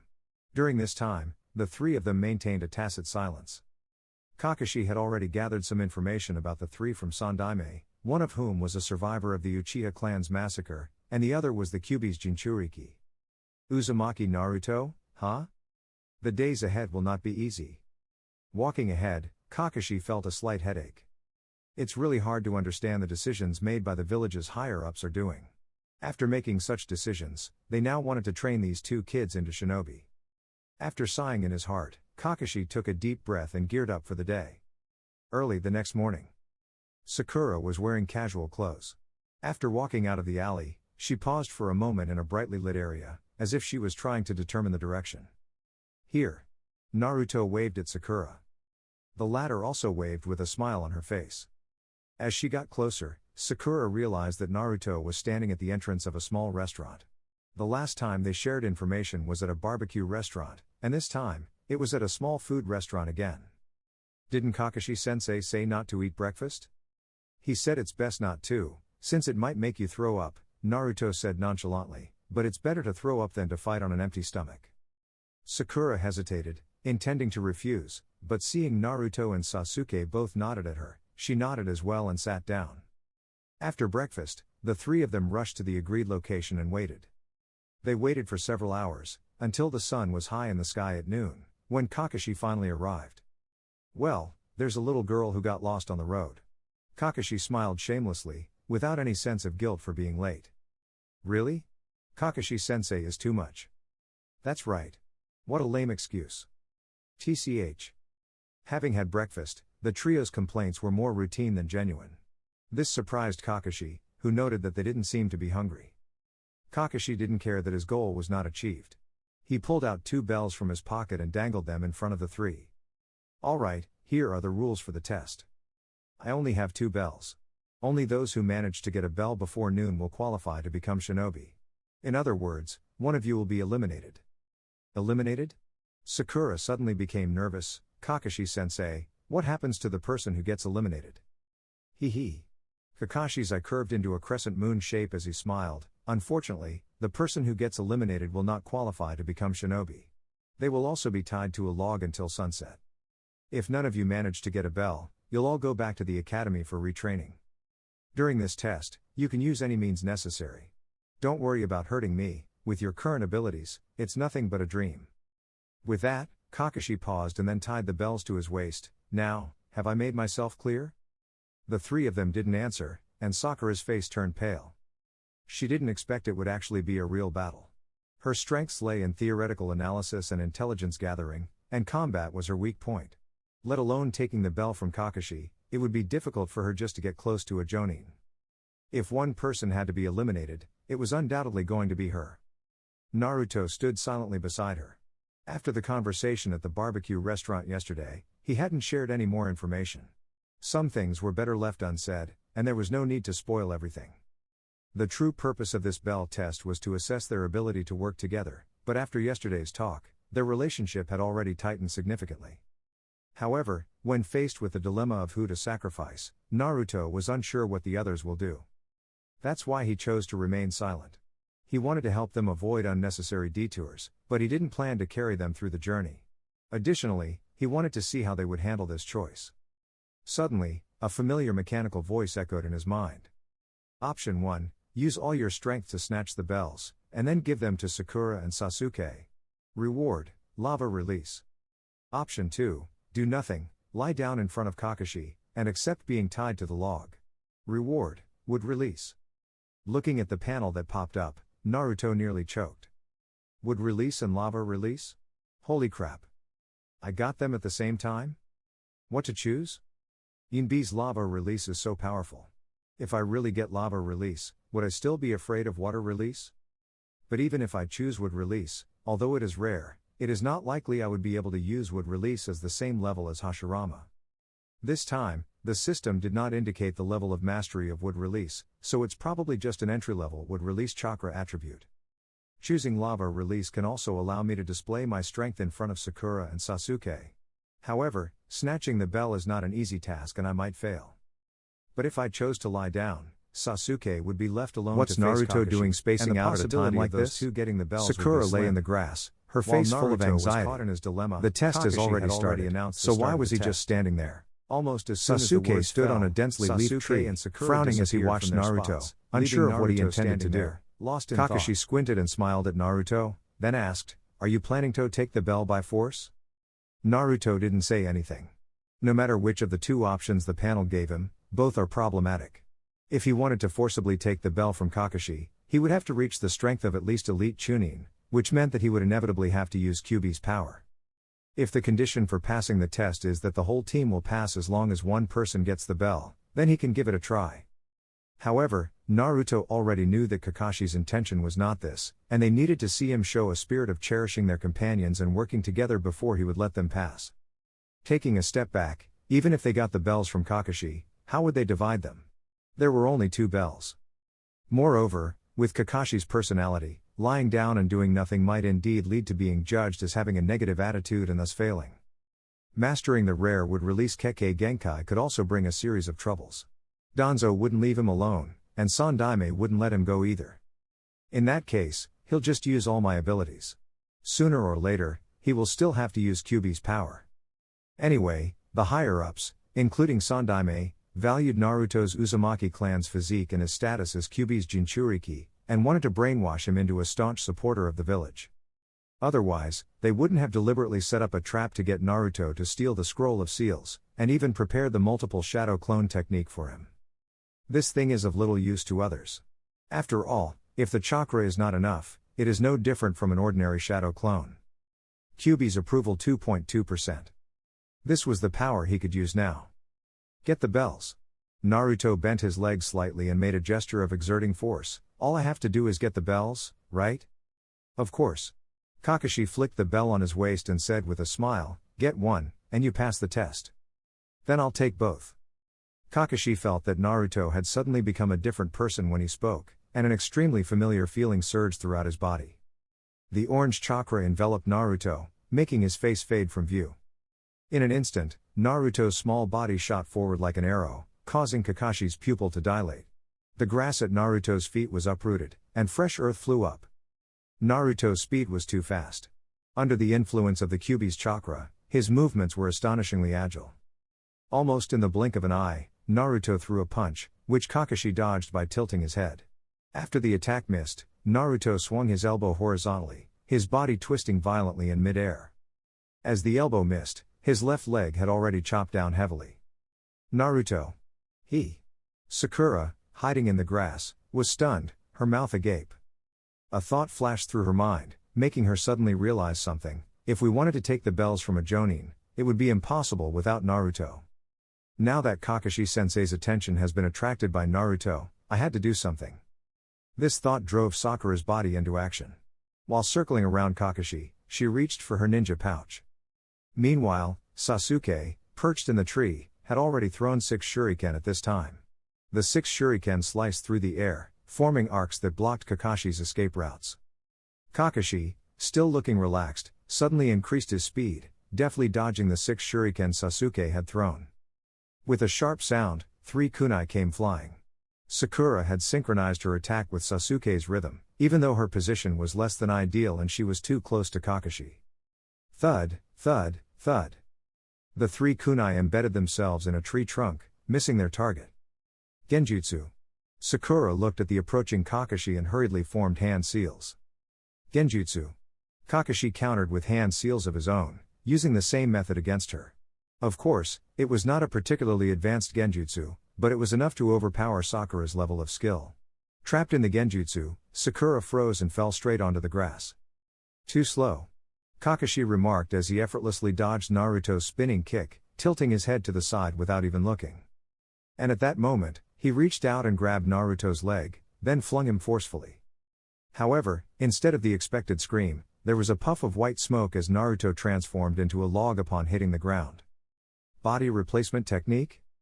Kakashi didn't even realize it was a body replacement technique. Although he hadn't been entirely serious just now, he did grab Naruto's legs, and the texture actually fooled him.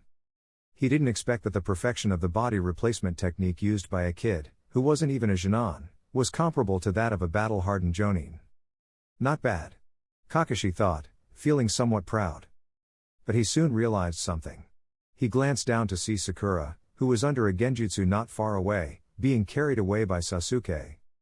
Caw! A crow flew overhead, its blood-red eyes looking down at the grass below, taking in the scene below. Kakashi stood alone in the grass, the surroundings silent. At this time, Naruto and the others were nowhere to be seen. So it was a diversion? The goal was to allow Sasuke to rescue Sakura. Kakashi cracked his neck, making a series of crisp sounds, and leisurely pulled out a copy of Icha Paradise from his ninja pouch. After taking a quick glance, Kakashi lazily called out, "Well, looks like you're getting the hang of it." After saying that, he walked towards the river while shouting, "If you want the bells, you'll have to show some real skills."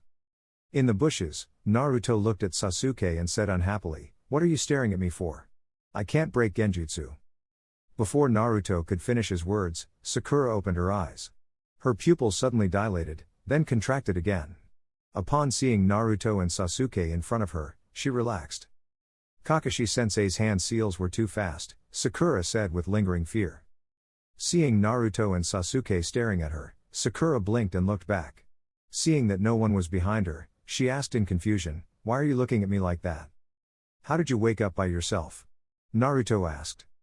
Genjutsu can be broken, Sakura explained. I'm quite good at it, so I managed to dispel the genjutsu myself.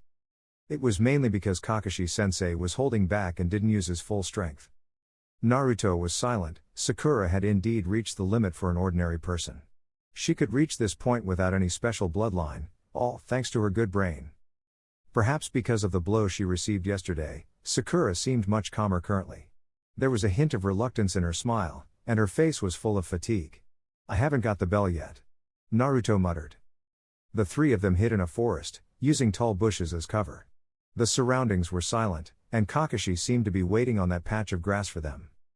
Kakashi-sensei is too strong. We are no match for him, Sakura sighed.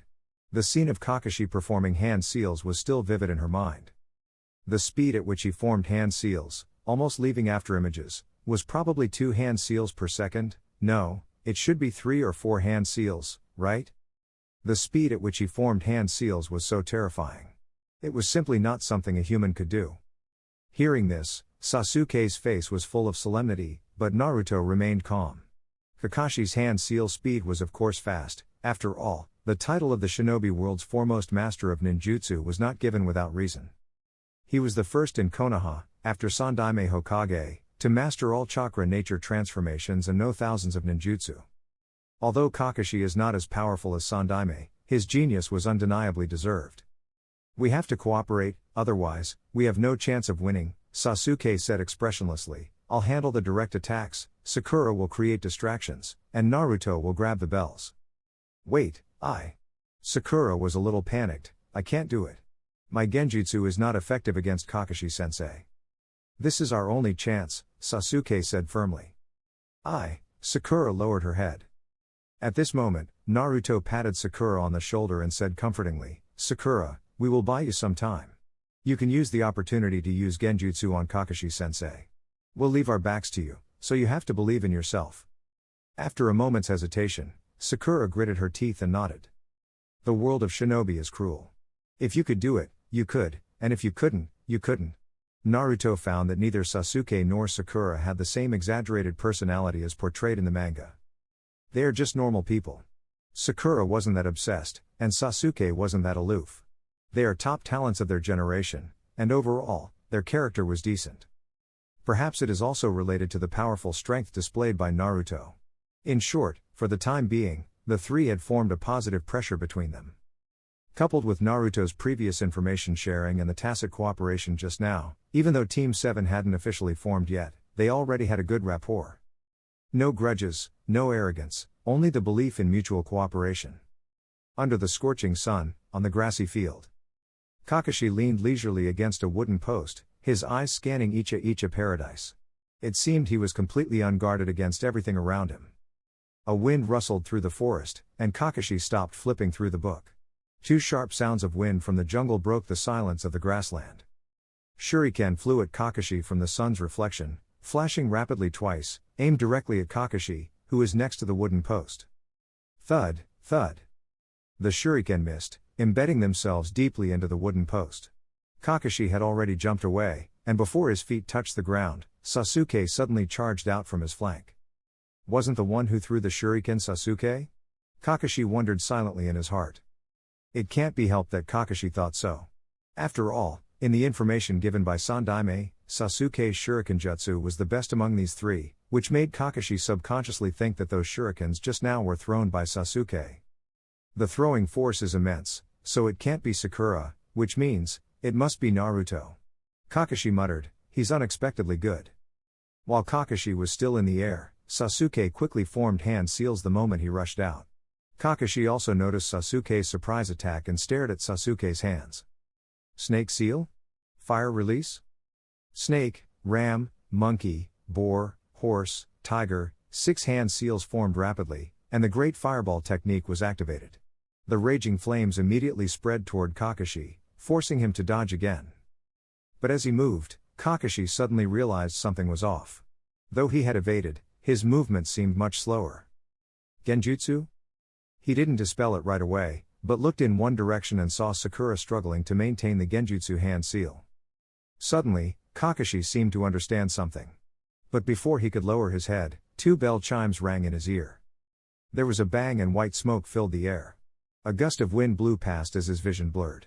And the next moment, Kakashi felt a sense of emptiness around his waist. When the smoke cleared, the bells were already in Naruto's hand. The other 2 members of the team breathed a sigh of relief when they saw Naruto succeeded and slowly approached. Seeing this, Kakashi also stopped. Even though he had held back a lot during this test, the fact remained that the bells were in their hands. "Congratulations, you have successfully snatched the bells," Kakashi said with a narrow-eyed smile. "By the way, you are the best coordinated team of graduating Genin I have ever seen." Hearing this, all 3 of them smiled. Sakura was even more relieved, and her worried expression looked somewhat better. But at the next second, Kakashi's tone changed sharply, becoming instantly serious. "You only have 2 bells, so only 2 of you can pass, or maybe just 1. As soon as the words fell, Sasuke and Sakura's gazes instantly focused on Naruto, who was holding 2 bells. "You can give one of the bells to someone else, or you can choose not to. If you're trained alone, you'll probably learn more from me. I am a Jonin after all. And apart from the time I am on missions, I don't have much time left to teach my students. Teaching 2 is not as effective as teaching 1, and it would also be much easier for me." Kakashi's words immediately made Sakura and Sasuke, who had no bells in their hands, nervous. They anxiously looked at Naruto. Kakashi's words were too tempting. Both Sasuke and Sakura knew that Naruto was the strongest among them. If Naruto chose to keep both bells for himself, they couldn't really argue. Even though they would have complaints, Sakura felt utterly hopeless. Her heart seemed to plunge into an icy abyss. There were only 2 bells, and even if Naruto was willing to give up 1, he probably wouldn't give it to me. Who would need a companion who couldn't help at all? "How is it?" Kakashi asked Naruto with a smile in his eye, arms crossed as he looked at Naruto. "Have you decided?" "There's no need to think about this." Naruto raised the bell in his hand. Hearing this, Sasuke and Sakura's expressions froze. They wondered if it is going to be like this. After all, receiving one-on-one training from a Jonin would indeed allow for faster improvement. The smile in Kakashi's eye grew even brighter, and he uncrossed his arms. Just as he was about to speak, Naruto spoke again. "I'm so strong now, so I don't need guidance at all." "What?" Sasuke was slightly stunned. Sakura held her breath and looked at Naruto with disbelief. As he spoke, Naruto tossed the 2 bells backward. The bells seemed to have eyes, as they fluttered like leaves and landing gently in Sasuke's and Sakura's hands. "Jonin's guidance or something." Naruto dug his ears and flashed a brilliant smile in the sunlight. "I don't need it at all. You little brat." Kakashi didn't get angry at Naruto's words. Instead, he smiled. "Then, you have to go back to the academy." "Going back is fine, I'm so strong anyway. I'll still be number 1 in my grade when I go back," Naruto said nonchalantly, resting his head on his arms. "No way. He can't go back." Sasuke gritted his teeth, walked up to Kakashi, and took out his bell. "I'll give him mine." "No way, Sasuke. Neither you nor Naruto can go back." Sakura handed over the bell she had just received. "Kakashi-sensei, I'll give mine to Naruto. I can't help much anyway. It's always been Naruto and Sasuke who do everything." Everyone passed. Kakashi suddenly said.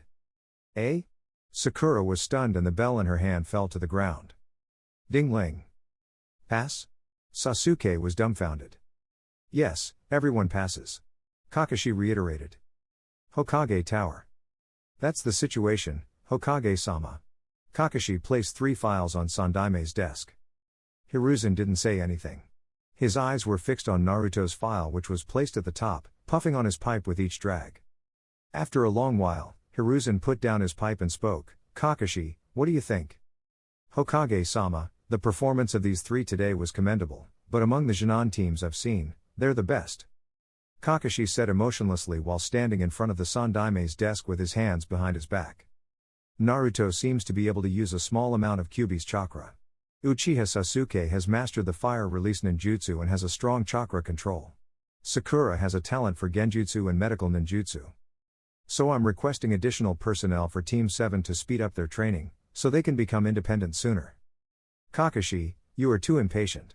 Sandaime gently declined Kakashi's request. One is an Uchiha child, and the other is the village's Jinchuriki. Sasuke and Naruto are both important companions of the village. Rather than letting them become independent sooner, it's more important to cultivate their bond with the village. When Sandaime said this, Kakashi understood Sandaime's meaning and said no more. Yes, Hokage-sama.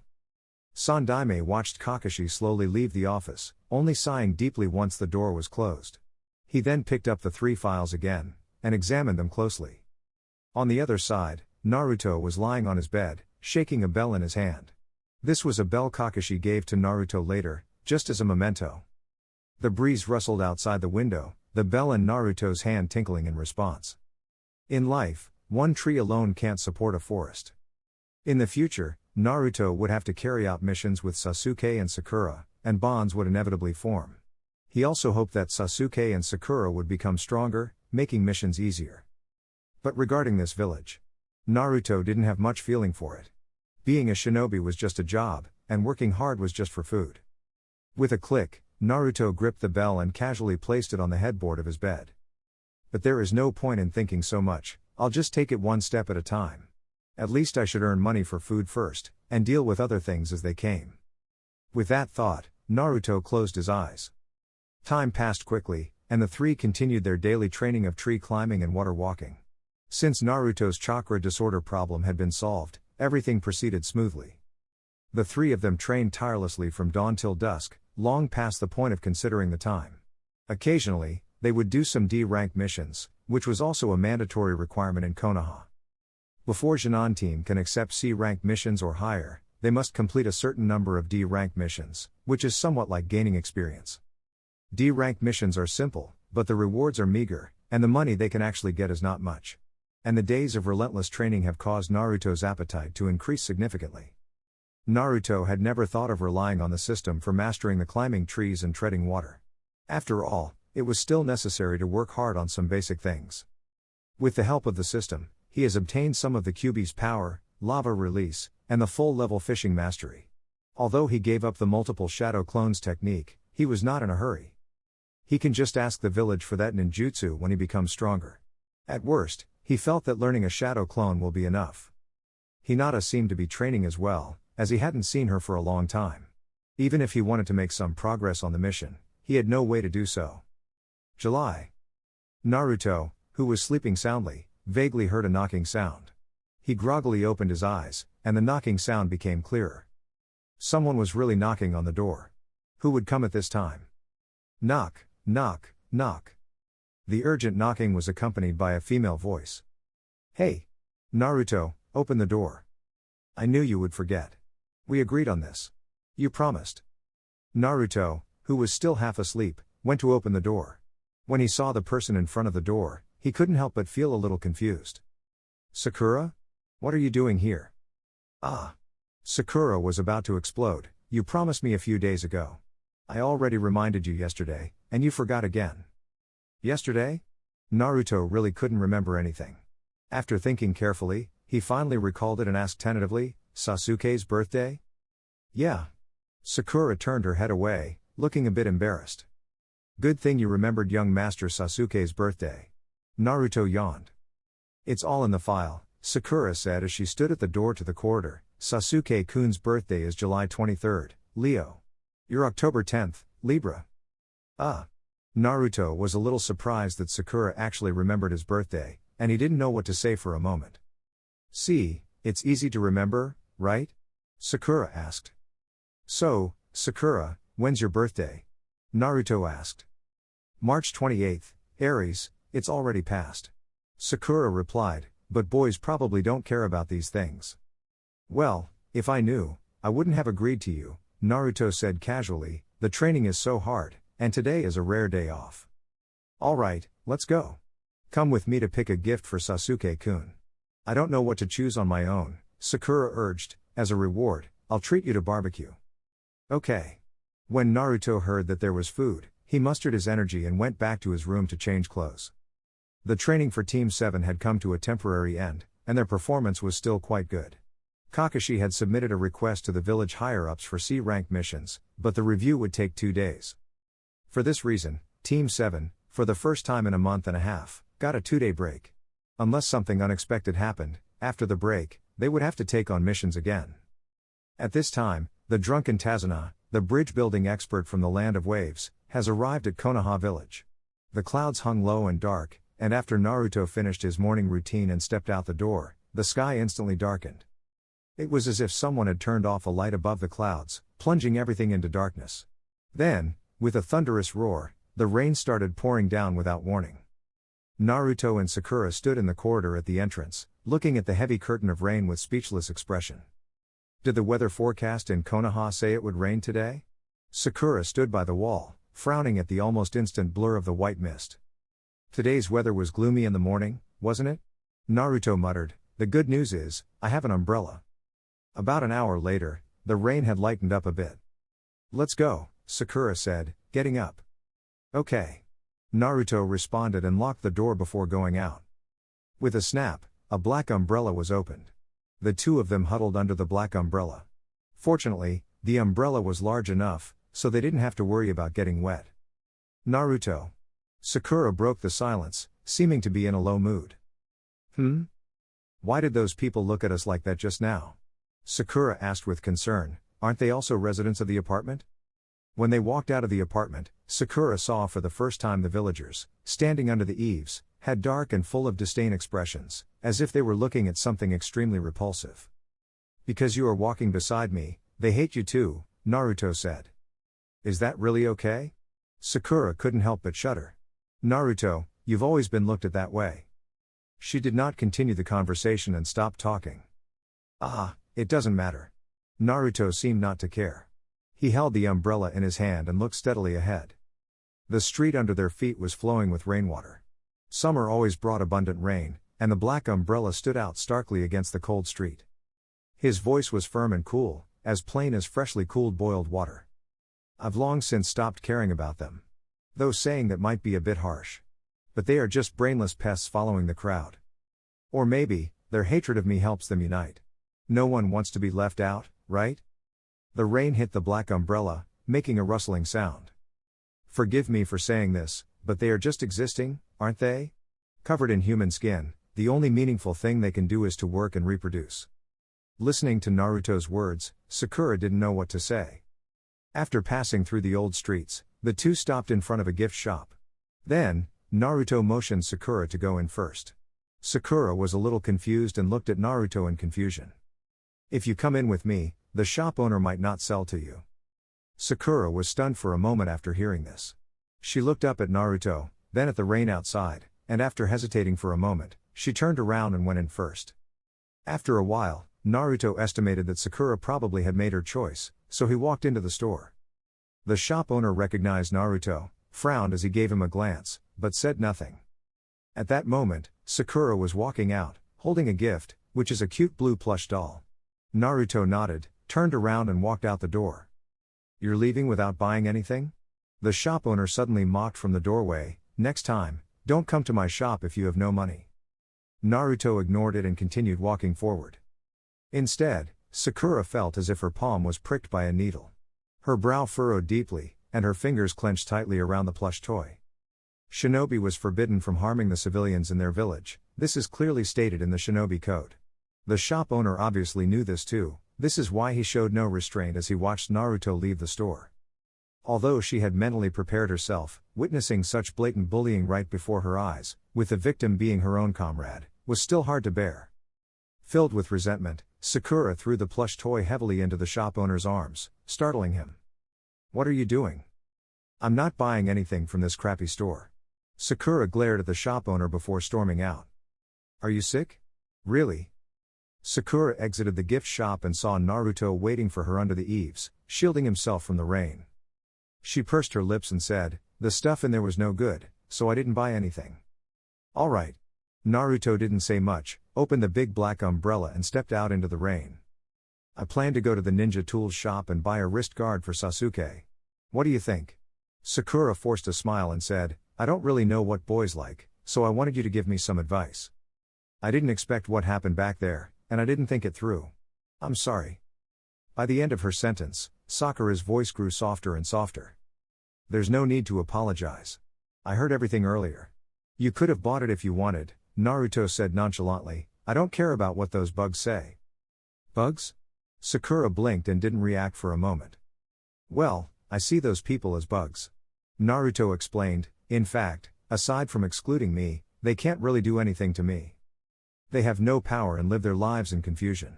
Even though I became a shinobi, they still speak rudely to me as always.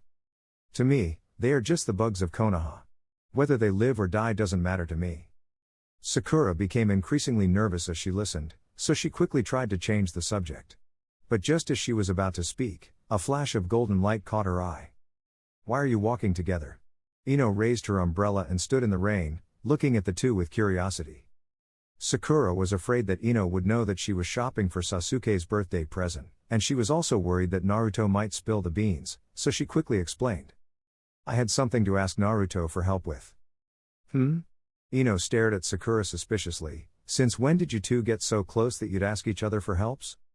It's about training. Right, Naruto? Sakura said nervously, her awkwardness making it obvious she was lying. Yes. Naruto nodded. Training? Ino retracted her gaze, the gossipy and suspicious look on her face slowly fading. She did know that the two of them were in the same team as Sasuke, and that Naruto's top score in the graduation exam was indeed surprising. If Sakura were asking for advice on training, that would indeed make sense. But there is another thing that Ino cares about. Ever since Naruto said in front of her that day that Sasuke doesn't like women, this has become her personal torment. I see you two have walked together for quite a while. Is your training over? Ino asked. Yes. It's over, Sakura said helplessly. She really couldn't tell another lie. Okay then. Ino then handed her umbrella to Sakura and dragged Naruto away. What? Sakura was stunned. I'm borrowing him for a bit. Ino's voice came from afar as they disappeared from sight. In a narrow alley, Ino cornered Naruto against the wall. Her thick golden bangs covered half of her face, and her blue eyes stared intensely at Naruto as she uttered, Hey! Does Sasuke like women? What? Naruto tilted his head and looked at Ino in confusion, completely unaware that he was being interrogated. Damn it. You said that yourself. Ino was getting frustrated. She grabbed Naruto by the shirt and said, Don't play dumb, Naruto. Well, you should ask Sasuke directly. Naruto suddenly smirked mischievously.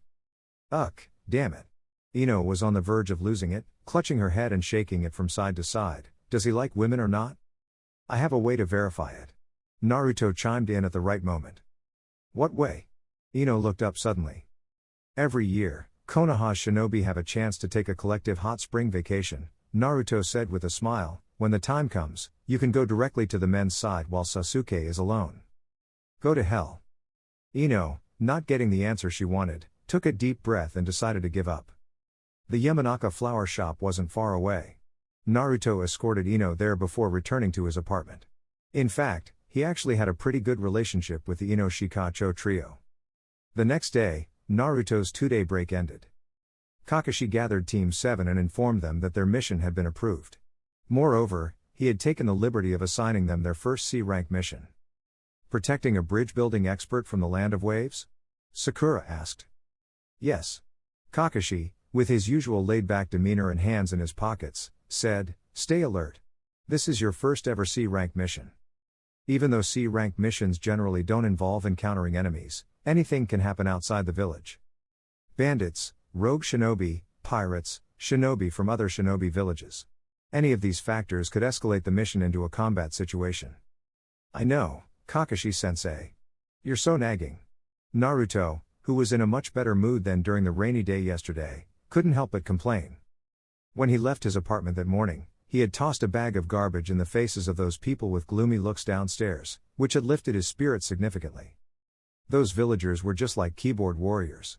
When they saw Naruto take out the shinobi forehead protector, they immediately shrank back and dared not to speak. Kakashi didn't say a word, just gave Naruto a knock on the head.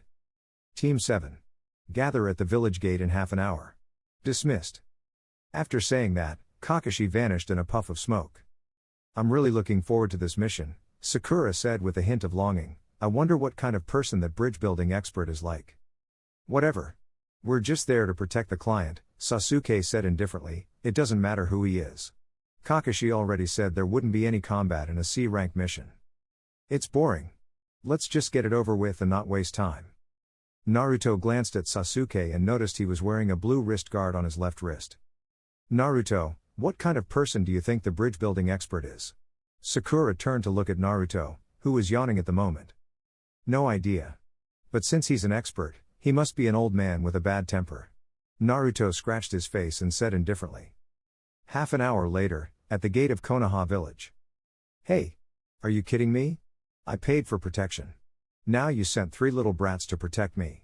What's wrong with you Konoha people? A scruffy, bearded old man clutching a bottle of alcohol was yelling at Kakashi. Is this how Konoha treats its clients? How can you protect me like this? I'm a bridge building expert. Sakura's face was full of dark lines as she stared at the tall, scruffy old man, then she turned around and glanced at Naruto, her expression saying that you guessed it right. Kakashi was explaining with a smile, but the old man was not convinced at all and spoke with great agitation. I am Tazuna, the bridge building expert from the Land of Waves. Naruto, who was on the side, was growing increasingly impatient, and shouted at the man. Shut up, old man. What's so impressive about building bridges? You little brat. Tazuna's expression turned agitated, but he quickly calmed down with Kakashi's intervention. After some coaxing, he finally agreed to set off. Half a day later, the group reached the border of the Land of Fire's forest. If they walked a little further, they would reach the dock. However, Kakashi's eye became sharper for a moment. Sasuke seemed to notice Kakashi's reaction and his brow slightly furrowed. Although he still looked calm, he had already become vigilant. Naruto had long known that someone was waiting to ambush them. After all, the hiding skills of the Kirigakura's shinobi were too clumsy.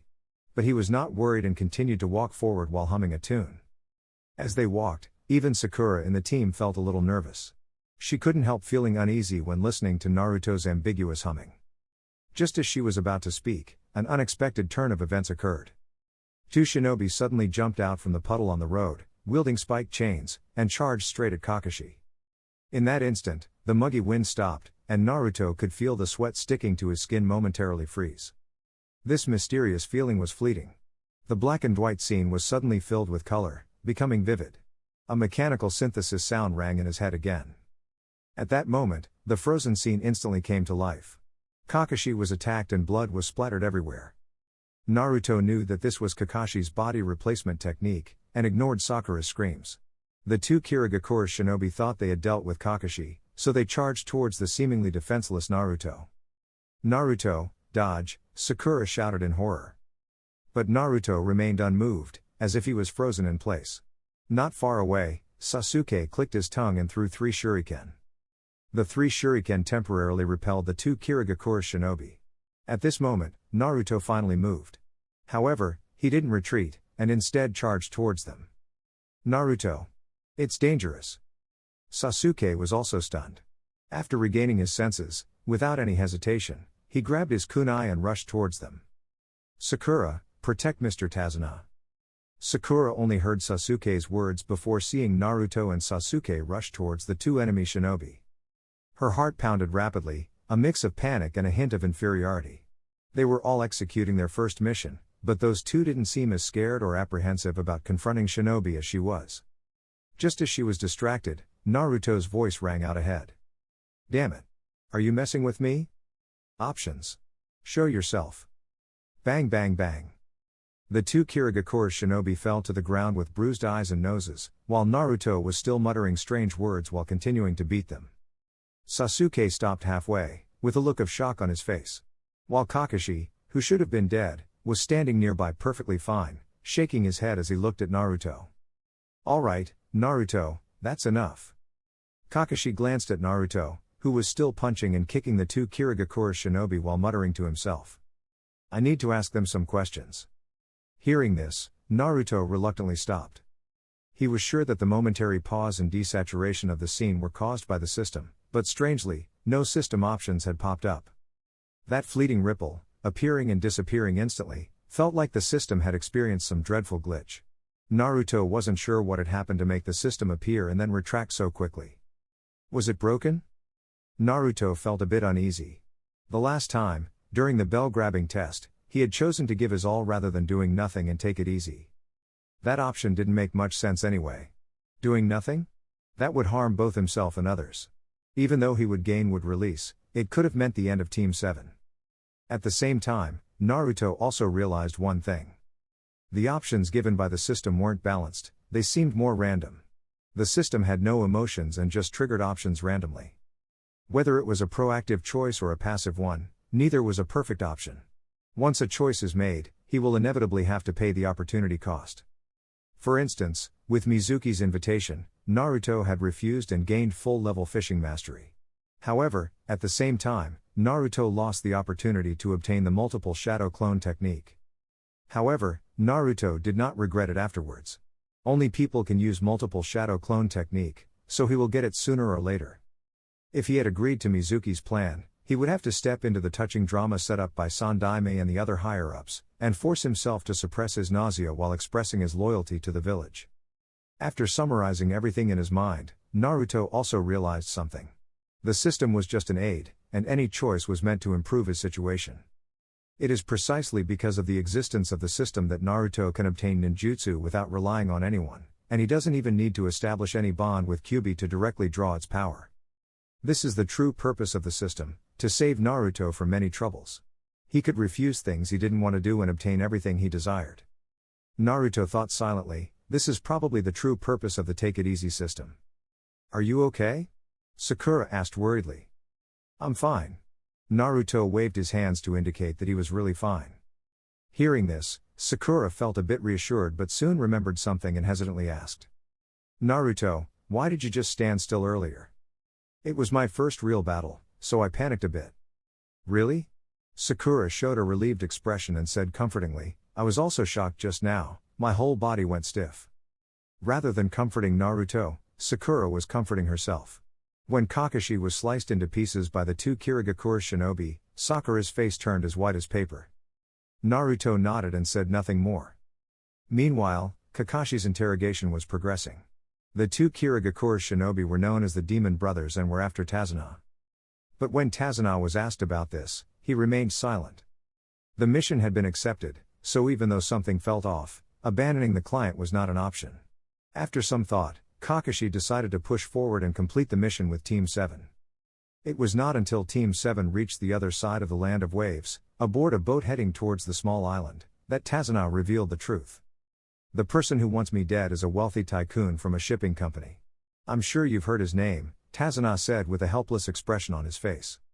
As Tazuna continued to explain, the whole situation became clearer. Gato is the owner of a shipping company and a significant figure who operated both legally and illegally. He ran a company on the surface, but secretly hired shinobi to carry out unlawful activities. It was this Gato who had set his sights on the island country of the Land of Waves, which is surrounded by sea on all sides. He wanted to control the waterways to expand his influence on the island and eventually gain complete control over it. The island's only bridge was under construction, and the old man in front of them was the only one who knew how to build it. If Gato kills him, the bridge will naturally not be built. Naruto leaned back against the boat, letting his hand touch the flowing seawater as he pondered how to make a profit from Gato. The Land of Waves was a poor, dirt-eating island nation, but Gato was a bona fide tycoon. Since Gato was going to die eventually, Naruto thought he might as well seize the opportunity to make some money. After all, the purpose of being a shinobi is to earn money to live. Continuously doing missions didn't bring much money, and he couldn't work forever. Shinobis also have a prime age for their work. Shinobi from large clans generally only trained and did missions during their youth.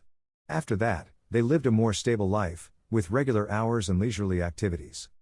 Since Naruto has decided not to work towards becoming Hokage, his future life depended solely on himself, and there are plenty of things he needed money for.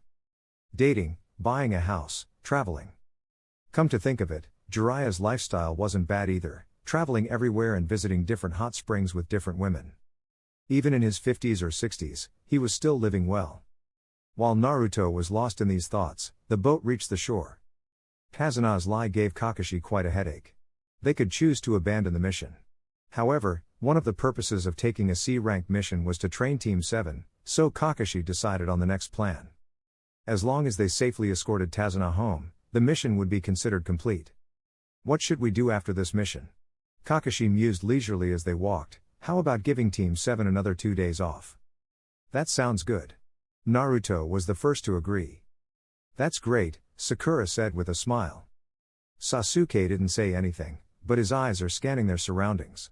As the mission neared its end, he frowned slightly when he heard that the others seemed to have let down their guard and even discussed their plans after the mission. If all shinobi were like this, it would be hard for them to survive for long. Hey, how much longer until we arrive? Naruto turned to Tazuna and asked impatiently, Old man, say something. Compared to Sasuke, Naruto is not worried about Zabuza suddenly appearing. After all, with Kakashi around, there should be no real problem. Even if Uchiha Madara came, Kakashi could still beat him. Kakashi was so powerful that he could fight anyone on equal terms. With such strong backup, Zabuza's ambush would only become a joke. Besides Kakashi, there were also Sasuke and Naruto who could fight. With 3 against 1, the advantage was on Team 7. That's why Naruto didn't pay attention to Zabuza. He was always thinking about Gato, the financial backer behind Zabuza. System, please come out. Naruto thought silently in his heart, I can't pull off this Robin Hood act without you. System? Daddy system? Ding. The familiar mechanical voice sounded, and Naruto took a deep breath. At this moment, the sound was like music to his ears. The panel popped up, presenting the classic 2-choice scenario. Option 1, kill Momochi Zabuza. Reward, ice release, incomplete. Option 2, kill Haku. Reward, all assets related to Gato, real estate and company assets will be converted into cash at the same value and stored in the new system warehouse function. Seeing this, Naruto swallowed his saliva almost immediately. He didn't feel guilty about killing either. After all, whether it was Zabuza or Haku, they were enemies in a life or death battle. But what really annoyed Naruto was, why did I have to choose between the two? Why in this world was there such a cruel thing as choosing between the two? Can't I just kill them both? The system didn't respond at all, and Naruto didn't dare to act rashly. The previous incident made him a little afraid. After all, if he bugged the system and lost it, the loss would outweigh the gain. Without the system, Naruto would have no way of escaping his predetermined fate. Whether he liked it or not, the Akatsuki would come for him and kill him, unless he trained desperately, which would also mean he couldn't escape the cycle of serving Konoha. He would have to form those bonds and get involved in troublesome things like being the child of prophecy. He would be tortured over and over again, licking blood off the blade. Naruto? Why did you suddenly stop? Is there something wrong? Noticing Naruto's sudden halt, Sakura immediately became alert and looked around nervously, fearing that another shinobi would suddenly jump out from some corner. Fortunately, what she feared didn't happen, and her voice also made Kakashi and the others at the front turned around to look at the stopping Naruto. It's okay, just a bit of a stomach ache, Naruto said. Hearing this, Kakashi and the others turned back and continued walking. Naruto caught up with the group, staring at the pop-up panel in front of him with a frown, while there's a constant turmoil in his mind. Zabuza is a water-release shinobi, so I can use Kyuubi's chakra to counterattack. With the addition of lava release, I should be able to fight him. But with Kakashi around, even if I face Zabuza, I won't be under much pressure. Instead, I can take advantage of Zabuza's contempt for Jinan and seize the opportunity to launch a surprise attack. Haku's Kekkei Genkai is ice release, which was countered by lava release. No matter what, if I want to kill Zabuza, I can't avoid Haku. As long as Haku is still alive, he will definitely protect Zabuza at all costs. Therefore, it is not that easy to kill Zabuza in one go. Instead of doing that, it is better to just target Haku directly. Killing Zabuza will give Naruto the ice release Kekkei Genkai, which is a rare help for him at this moment. Even with the incomplete ice release, Naruto's strength could leap to the level of a Tokubutsu Jonin. But Gato's entire fortune was equally appealing to Naruto. In this world, even Akatsuki has to take on missions for money. The assumption that being strong meant never lacking money was incorrect in this world. As robbery will also bring risks such as being hunted down by shinobi. The amount of fortune a person can steal at one time is extremely limited, as wealth is mostly in the form of fixed assets and companies. The stolen money and jewels might not even be usable and could bring safety risks. But the system's operation directly extracted Gato's wealth. All the company's fixed assets, like the jewelry, buildings, etc., will be converted into cash and stored in the system warehouse. This means that all the money would be clean. With this money, I will be truly free. Naruto murmured to himself, I also want to become stronger. I will definitely do so next time. Up ahead, Kakashi was talking to Tazuna, and their conversation inevitably reached Naruto's ears. Gato has accumulated a lot of wealth over the years by using shinobi. Now, his fortune rivals nations. He has countless rogue samurai and shinobi under his command, making his force very powerful. Well, I have heard of that. I occasionally hear such information when I am on missions. Kakashi's lazy voice responded. That man is a very scary guy. If you guys hadn't escorted me, I might have already been killed on the way. Since Konoha took the mission, we absolutely won't abandon it halfway. Rest assured, we'll make sure you get home safely. Their conversation became more chaotic, and Naruto decided to stop listening. His eyes gradually became determined. Wealth that rivaled nations? Sure enough, it turned out that I had made the right choice. The system had solved his worries, as this wealth would be stored directly in the system's warehouse. This meant that Naruto only needed to complete the system's task, and the wealth would appear in the system warehouse without leaving a trace. Even if someone discovered Gato's wealth had disappeared, they wouldn't associate it with Naruto. Since he no longer intended to be entangled with Sandaime and avoid being brainwashed with the village's interests above all, he had to take control of his finances. He remembered that in the original work, Naruto ran around doing missions for the village, solving problem after problem, yet he remained a Genin. Although one reason was the abundance of missions leaving him no time for exams, but according to the rules, since Naruto was still a Genin, the share of the mission rewards he got was very low. In the end, no matter how hard he worked as a Genin, he couldn't save much money. And after becoming Hokage, his life completely revolved around the village. On the other hand, the members of the Konoha's big clans never lacked money. Even Tsunade, who had a gambling addiction, could never run out of money.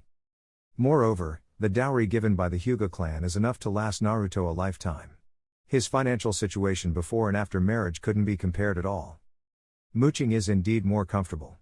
But although Naruto didn't mind living off Hinata, as a man, he still wanted to excel in his own right. After thinking about it, Naruto still chose Gato's treasure as his first pot of gold. It won't be long before Team 7 is short of staff. Naruto had to plan ahead and avoid the vicious circle of working hard. People around him are not short of money. He can't live like the Prince of Konoha and still have to work for money. Just as he was thinking about it, a huge, spinning Kubikirabocho suddenly blocked their path ahead. Watch out! Sakura immediately tackled Tazuna to the ground. Kubikirabocho flew past them, embedding itself into a tree. At the same time, a figure appeared on top of the blade, staring coldly at them. Momochi Zabuza? Kakashi instantly recognized the bandage-wrapped man standing on the blade. He then quietly reminded the Genin of Team 7 behind him, be careful, this guy is a missing nin from Kirigakure, and has elite Jonin level strength, comparable to me. Hatake Kakashi. Zabuza jumped down to the grass, grinning wildly, with the massive Kubikirabocho slung over his shoulder. He then arrogantly said, I'll take the life of the man in front of you. Almost as soon as he spoke, Zabuza's figure suddenly disappeared, and with a bang, he suddenly appeared in front of Tazuna. This is my client. I will be in trouble if the mission fails. Why don't you pick a different target? Kakashi's voice was lazy but firm as he blocked the Kubikirabocho with a kunai. The moment the weapons of the two elite Jonin collided, a heavy killing intent burst forth, almost suffocating everyone present. Even Naruto felt as if he had fallen into an ice cave thousands of feet deep in an instant, and his whole body was frozen stiff, unable to move. After all, this is the first time he felt such intense killing intent. Sasuke and Sakura were not much better off, as they just stood there in a daze. A thick mist began to rise around them. Kakashi and Zabuza, locked in a deadly stare down with their weapons clashing, had no time to pay attention to Naruto and the others. Warm chakra flowed gently through Naruto's body, and within a few seconds, he adjusted himself. He turned around and rushed directly towards Sasuke and Sakura, slapping each of them on the back. Almost at the same time, their eyes, which had been dazed, snapped back to focus. They immediately both gasped for air, as if they had been holding their breath for a long time. The killing intent of a Jonin is too terrifying, Sasuke said, his face still taut with fear. At the same time, He also realized that Naruto was the first among them to snap out of it, and that his intervention had helped both him and Sakura break free from their frozen state. Sakura sat on the ground, her whole body trembling uncontrollably. Zabuza's killing intent was not a genjutsu, but a tangible presence enhanced by his chakra, causing fear to grip the three Genin of Team 7. Sakura. Naruto pulled Sakura up and said, "Immediately disrupt the flow of chakra in your body, just like when you break a genjutsu." As soon as these words came out, Sasuke and Sakura reacted immediately and formed a hand seal with their hands. This trick really worked, and the two of them immediately shook off the paralysis. On the other side, Kakashi and Zabuza were already engaged in battle. Suddenly, a water clone of Zabuza rose from a nearby puddle like a ghost, then rushed toward Naruto and the others. A water clone of an elite Jonin had at least the strength of a Chunin. Watch out! Kakashi caught a glimpse of Zabuza's water clone while fighting the real body, and hurriedly shouted to warn his students. Logically speaking, Kakashi could have left a shadow clone to protect Team 7. But he obviously didn't want to do that, as shinobi are a profession where the strong prey on the weak. Without Kakashi's reminder, the three of them still saw Zabuza's water clone. Sasuke pulled Tazuna back, while Naruto grabbed Sakura and retreated as well. "Sasuke," Naruto shouted, "quick! Shuriken!"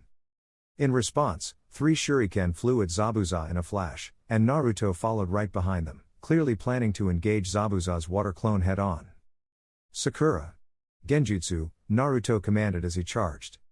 Although this was their first team battle and they hadn't discussed a plan, Naruto was now taking the lead, even though it was clear to Zabuza's clone. Kazuna, who had been boasting about being a bridge-building expert earlier, now stood trembling like a Psyduck, while Sasuke stood protectively in front of him. As Sakura heard Naruto's voice, she, though flustered, reacted promptly. The genjutsu she used had no effect on Zabuza's water clone, but it was enough to momentarily distract him. And this moment is enough. The mechanical synthesized voice sounded in Naruto's mind. Kyuubi's approval 2.2%. Orange chakra instantly enveloped Naruto's entire body, his pupils turning blood red in an instant, and the overwhelming power surging within him. With a bang, Naruto, who was charging forward, suddenly vanished from his spot. At the next moment, Naruto's body appeared like a phantom behind Zabuza's water clone, then he delivered a heavy sweep kick that shattered the water clone. Kyuubi is powerful enough to render even the Yondaime Hokage and a group of elite Jonin helpless. Even though Naruto can only use 2.2% of Kyuubi's power, he was already approaching the level of a Tokubutsu Jonin. Without considering the recent acquisition of his lava release, Naruto's reliance on just this little bit of Kyuubi's power was enough to let him look down upon all the Chunin in Konoha. How could that kid be so strong? Kazuna, the Psyduck, who was standing in place, watched Naruto decisively deal with the water clone and couldn't help but exclaim. These words were naturally heard by Sasuke, who was holding a kunai in front of him on guard, and his face darkened slightly. If Naruto was lucky the first time he defeated the 2 Kirigakura shinobi who were ambushing them, then his second time breaking the paralysis and taking down an elite Jonin's water clone was proof enough that Naruto's strength was indeed the most outstanding in Team 7. While Sasuke is only slightly better than Sakura. If Naruto had been born into a noble clan, enjoyed the best resources, and trained rigorously every day, Sasuke would not care so much. But he knew well that since he met Naruto, the guy had always been the last in the class, boastful and his ability is at the bottom. Such a person was not worth him wasting time to look at. He had never thought of forming a bond with such a person, but it seemed that overnight, Naruto had changed. Not only did he graduate with the top score from the academy, but he also knew so much about the village's clan secrets. Although those secrets weren't huge, for Sasuke, whose clan was wiped out when he was young, and Sakura, who was from a civilian background, these were already considered obscure knowledge. Whether it was sharing information or enhancing strength, Sasuke quietly wondered, could this guy have been pretending all along? He's been at the bottom of the class every year, it's too stable. Pretending to be a useless student? Confused thoughts swirled in Sasuke's mind, while Sakura let out a sigh of relief. She clasped her hands together nervously and thought secretly in her heart, luckily, there's Naruto. If Naruto hadn't called her just now, she might have been frozen like a piece of wood again. At least, she had used a genjutsu, contributing to the team's effort. After losing a water clone, Zabuza no longer had the energy to create another one. After all, at this moment, he was fighting with Kakashi, and both of them are injured. Seeing this, Naruto rushed forward without thinking. At this time, Kakashi had also found a flaw in Zabuza's defense, so he took the initiative to form hand seals, and unleashed a water dragon bullet technique straight at Zabuza's face. Zabuza barely dodged but was still injured. Before he could move again, 3 senbon suddenly flew out of nowhere and pierced Zabuza's neck directly. Kakashi immediately became alert, while Naruto relaxed his furrowed brow. Is Haku finally going to appear? A masked boy suddenly emerged from the thick mist and directly jumped in front of Zabuza, who was lying on the ground. Naruto's pupil shrank slightly and he secretly mobilized the chakra in his body. Zabuza lay motionless on the ground, and Haku, wearing a mask, stood beside him, watching Kakashi and Team 7 calmly. I am a hunter nin from Kirigakure, tasked with retrieving the missing nin from our village. Haku's voice was cold and his words were concise. The dense, milky fog still hung around the forest, showing no signs of dissipating. Mist from the treetops gathered into drops, falling with a soft plop onto the grass below. Even Kakashi was uncertain about the masked youth who claimed to be a hunter nin. Team 7 was equally tense, muscles taut and ready for action. Kakashi said nothing, merely stepping forward to check Zabuza's breath. After confirming he had stopped breathing, Kakashi relaxed slightly.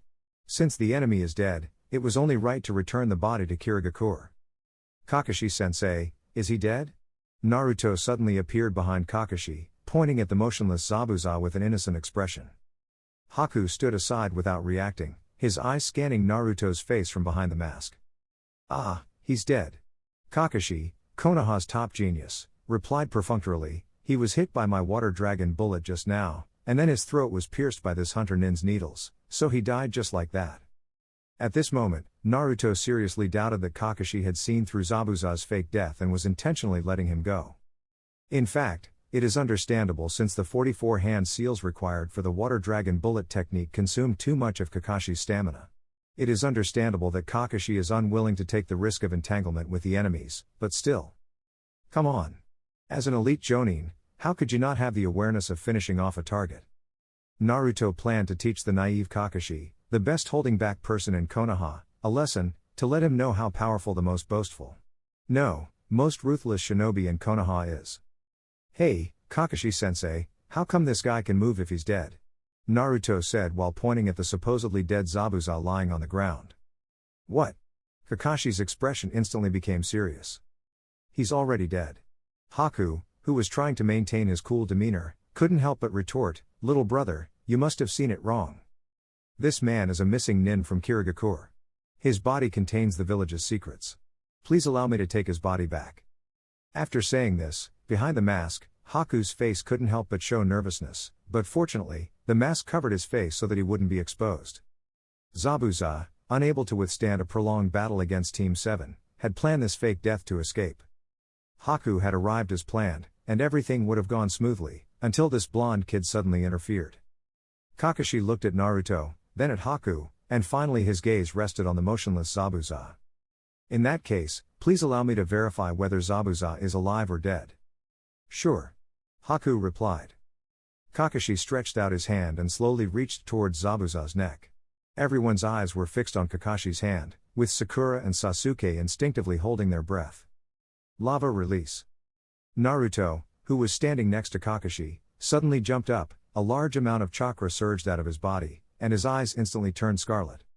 Scorching lava surged from Naruto's hand, and its intense heat evaporated the surrounding mist in an instant. Seeing that Naruto had hurled the lava at Zabuza, who was pretending to be dead on the ground, Haku on the side was shocked and pounced towards Zabuza. Haku's right hand was scorched black by the intense heat of the lava release, but he also managed to save Zabuza and deftly pulled out the senbon from his neck with his left hand. Zabuza's eyes snapped open and he instantly came back to life. Zabuza-sama, I failed, Haku said to Zabuza apologetically, but his face showed no signs of pain despite his severely burned right hand, as if the hand was not his own but belonged to someone else. After he finished speaking, Haku formed a single-hand hand seal and, together with Zabuza, vanished swiftly like the wind. This secret escape technique was akin to the smoke escape technique. Naruto can understand it, but he can't learn it. Kakashi watched Zabuza and Haku leave the whole time, and 3 seconds later, he collapsed to the ground, unconscious. Kakashi-sensei. Sakura hurried forward to check on him. It must be that his chakra has been used up. Naruto imitated Kakashi's earlier method of checking Zabuza's breath, waving his hand in front of Kakashi's nose and calmly stated. Kakashi on the ground had fallen into a baby-like sleep. Fortunately, his breathing was still steady, indicating he had indeed fainted. "This is not a good place to stay, let's take him back first," Sasuke said with one hand in his pocket. He had tried a one-handed hand seal earlier but had failed. His hand, left hanging, moved uneasily before he grabbed one of Kakashi's arms and put it over his shoulder. Naruto followed suit, taking Kakashi's other arm over his shoulder, and they supported him together. "The village is just ahead. Let's take him to my house," the protected client, Tazuna, suggested. The three Genin of Team 7 discussed it for a while and agreed directly. At Tazuna's house, the three placed Kakashi in a clean room, laying him on a futon. Sakura tucked the quilt for Kakashi with a worried look on her face. When she walked out the door, Naruto and Sasuke were already standing in the hallway, waiting for her. When Sakura saw Naruto's gaze, she nodded in understanding, didn't say anything, and followed the two boys directly. They walked a short distance outside the house, where the view was open enough to spot enemies and their conversation wouldn't be overheard. "How's Kakashi?" Sasuke asked with serious expression.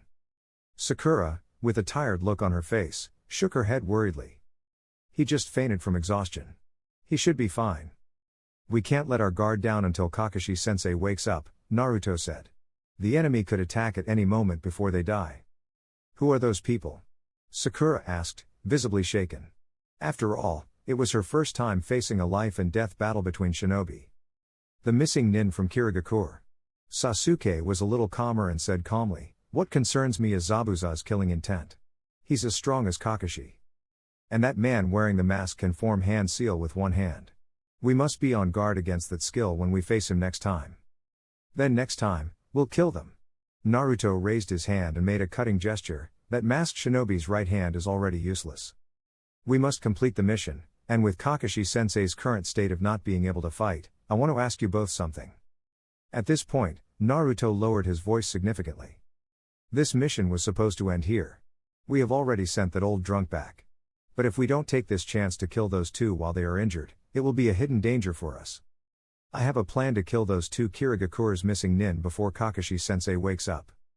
"Kill the Kirigakure's missing nin?" Sasuke raised his head and looked at Naruto, almost instinctively frowning. "With just the three of them, how could we possibly kill an elite Jonin on par with Kakashi? Not to mention that Zabuza still has a masked boy by his side whose strength is unknown. How could we possibly achieve this? It's simply insane." Sakura looked at Naruto in shock, almost thinking her ears were malfunctioning. "Naruto, the three of us are still Genin. Killing a Jonin is impossible, right?" "No, it's not."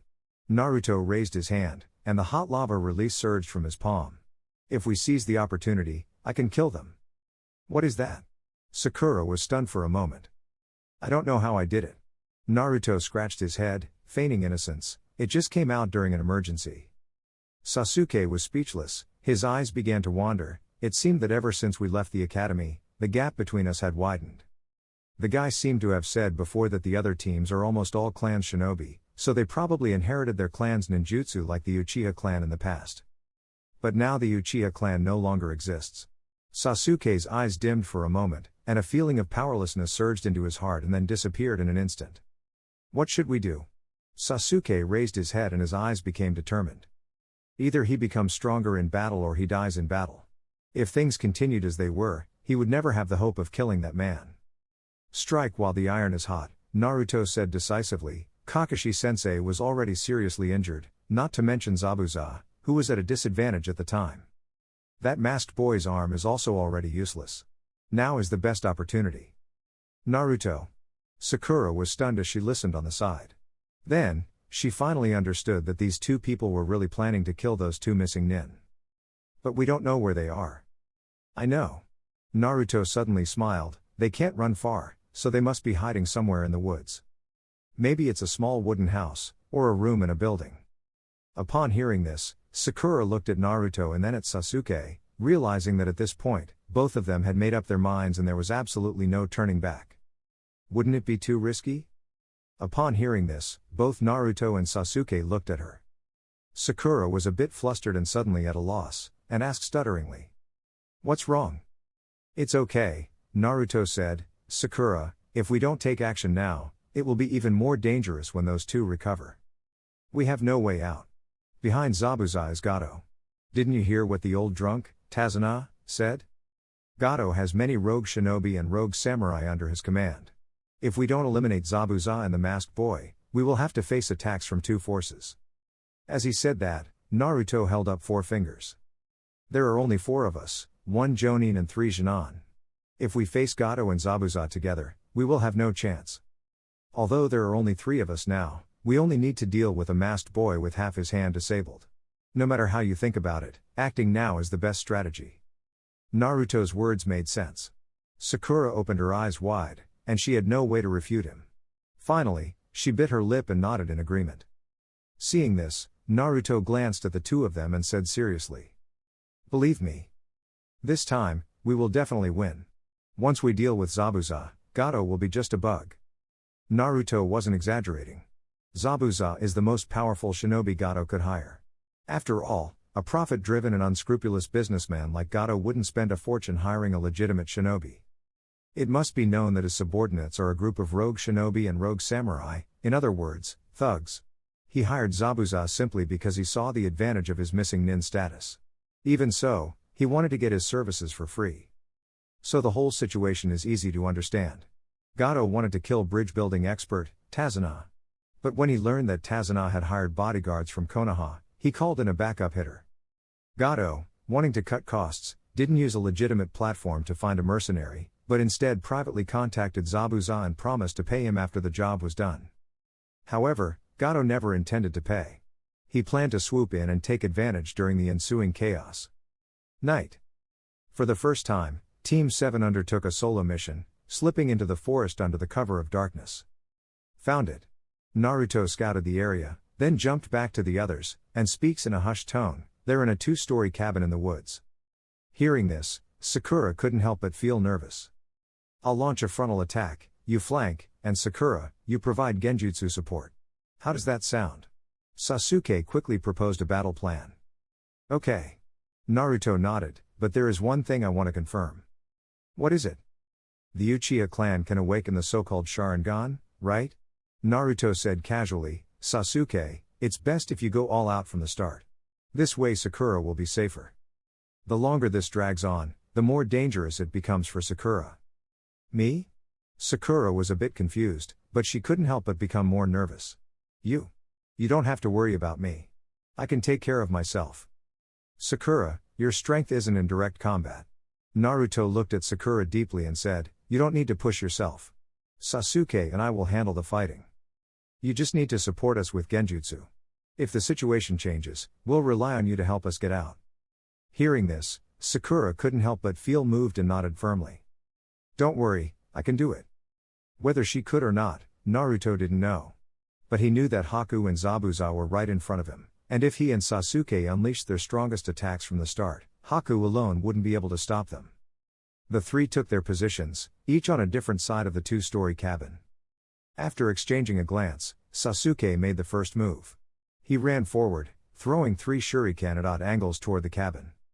Naruto went directly from behind, orange chakra enveloped his whole body, the hot lava release heating his body. This time, he unleashed all his chakra, aiming for a single, lethal strike. Sakura took a deep breath and followed the trajectory of the shuriken thrown by Sasuke. At the moment when the window was broken by the shuriken, she formed a hand seal, immediately activating her genjutsu. Naruto directly burst through the cabin's wall, and the hot lava release instantly set it on fire. Haku immediately fled from the cabin with Zabuza on his back, with her blackened hand hanging uselessly in front of him.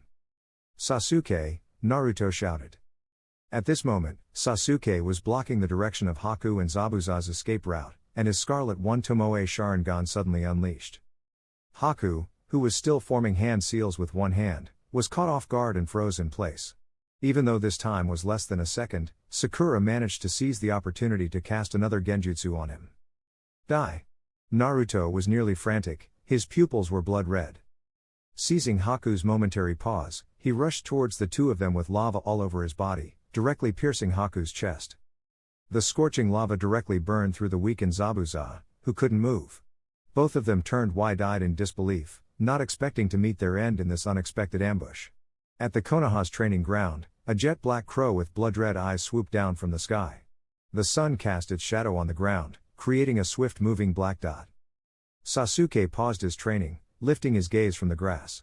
He looked out over the field, his eyes fixing on the dark spot circling the sun above the training grounds.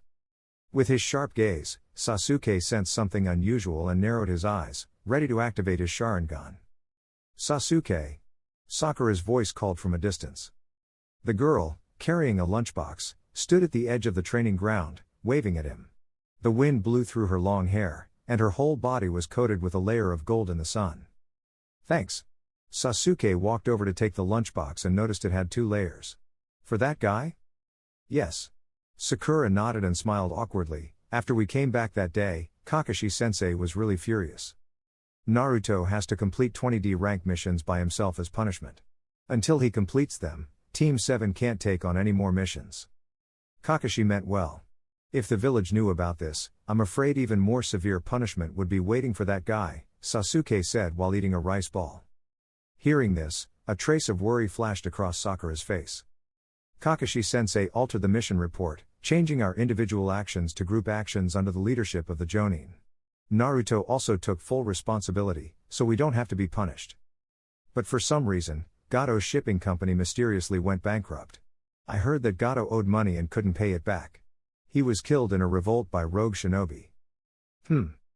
After chatting with Sasuke for a while, Sakura went to the street where Naruto was carrying out his mission. She looked around but saw no one. She looked up and happened to see Naruto lying on the roof, napping in the sun. Naruto, it's time to eat. When Naruto, who was on the roof, heard her voice, he rolled over and jumped down. The building was an old, abandoned house near a bamboo forest. The summer breeze blew softly, rustling the bamboo leaves. Behind the house was a low slope covered with lush green grass, shining even brighter in the sunlight. The two sat on the slope, eating rice balls. Sakura seemed preoccupied, occasionally appearing lost in thought while talking to Naruto. "What are you thinking about?" Naruto asked. Nothing. Sakura forced a smile, but then her face showed a sense of loss again. Naruto. Why do you want to be a shinobi? Sakura asked. To live, I guess. Shinobi missions pay well, and being a shinobi comes with many benefits, Naruto said thoughtfully. For someone like me, what else could I do if I didn't become a shinobi? Sakura was stunned for a moment, then apologized. It's fine. Naruto waved his hand, took another bite of the rice ball and said, being a ninja is just a job anyway. And I never planned on being one forever. I really envy you, Naruto, Sakura said a little dejectedly. Why? Because I feel like I can't help it all. Every time we face danger, it's always you and Sasuke who step in. Sakura hugged her knees and curled up. Sometimes, I wonder if I'm not cut out to be a shinobi. That's not true. Naruto looked at Sakura and said, Sakura, I remember when we graduated, your grades were 3rd in the whole academy, right? Exactly. This proves that you have the talent to be a shinobi, but you just haven't found your own path yet. Path? Sakura raised her head when she heard that. Yes, your own path. Naruto affirmed, Team 7 should be the most unique team among this year's Junon teams, so there's no need to compare yourself to Sasuke and me. The Uchiha clan has always excelled in combat. Both their taijutsu and shuriken jutsu are passed down from generation to generation. And Sasuke's path was determined from the beginning. Those eyes of his, do you know the secret of the Uchiha clan's Sharingan? Sasuke-kun's secret?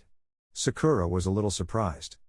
She suddenly recalled Sasuke's eerie, glowing red eyes when they're in the forest of the Land of Waves, and she couldn't help but become tense. The Uchiha clan is a clan of hatred, Naruto said. He carries an immense burden, and that hatred drives him to become stronger. Those eyes of his are an incredible weapon. They might even be able to defeat Hokage-sama. Hatred? Sakura's face turned pale. Yeah, so you don't have to worry so much. Naruto began tidying up the lunchbox. Sakura, you also have your own ninja way. You just need to find the training path that suits you. For example, how about medical ninjutsu? Why medical ninjutsu? Sakura asked curiously. Medical ninjutsu requires high precision and chakra control, Naruto explained. Sakura, you have a talent in this area, so I think you could try learning medical ninjutsu. Thank you, Naruto, Sakura said sincerely. Without you, I wouldn't have thought of it myself.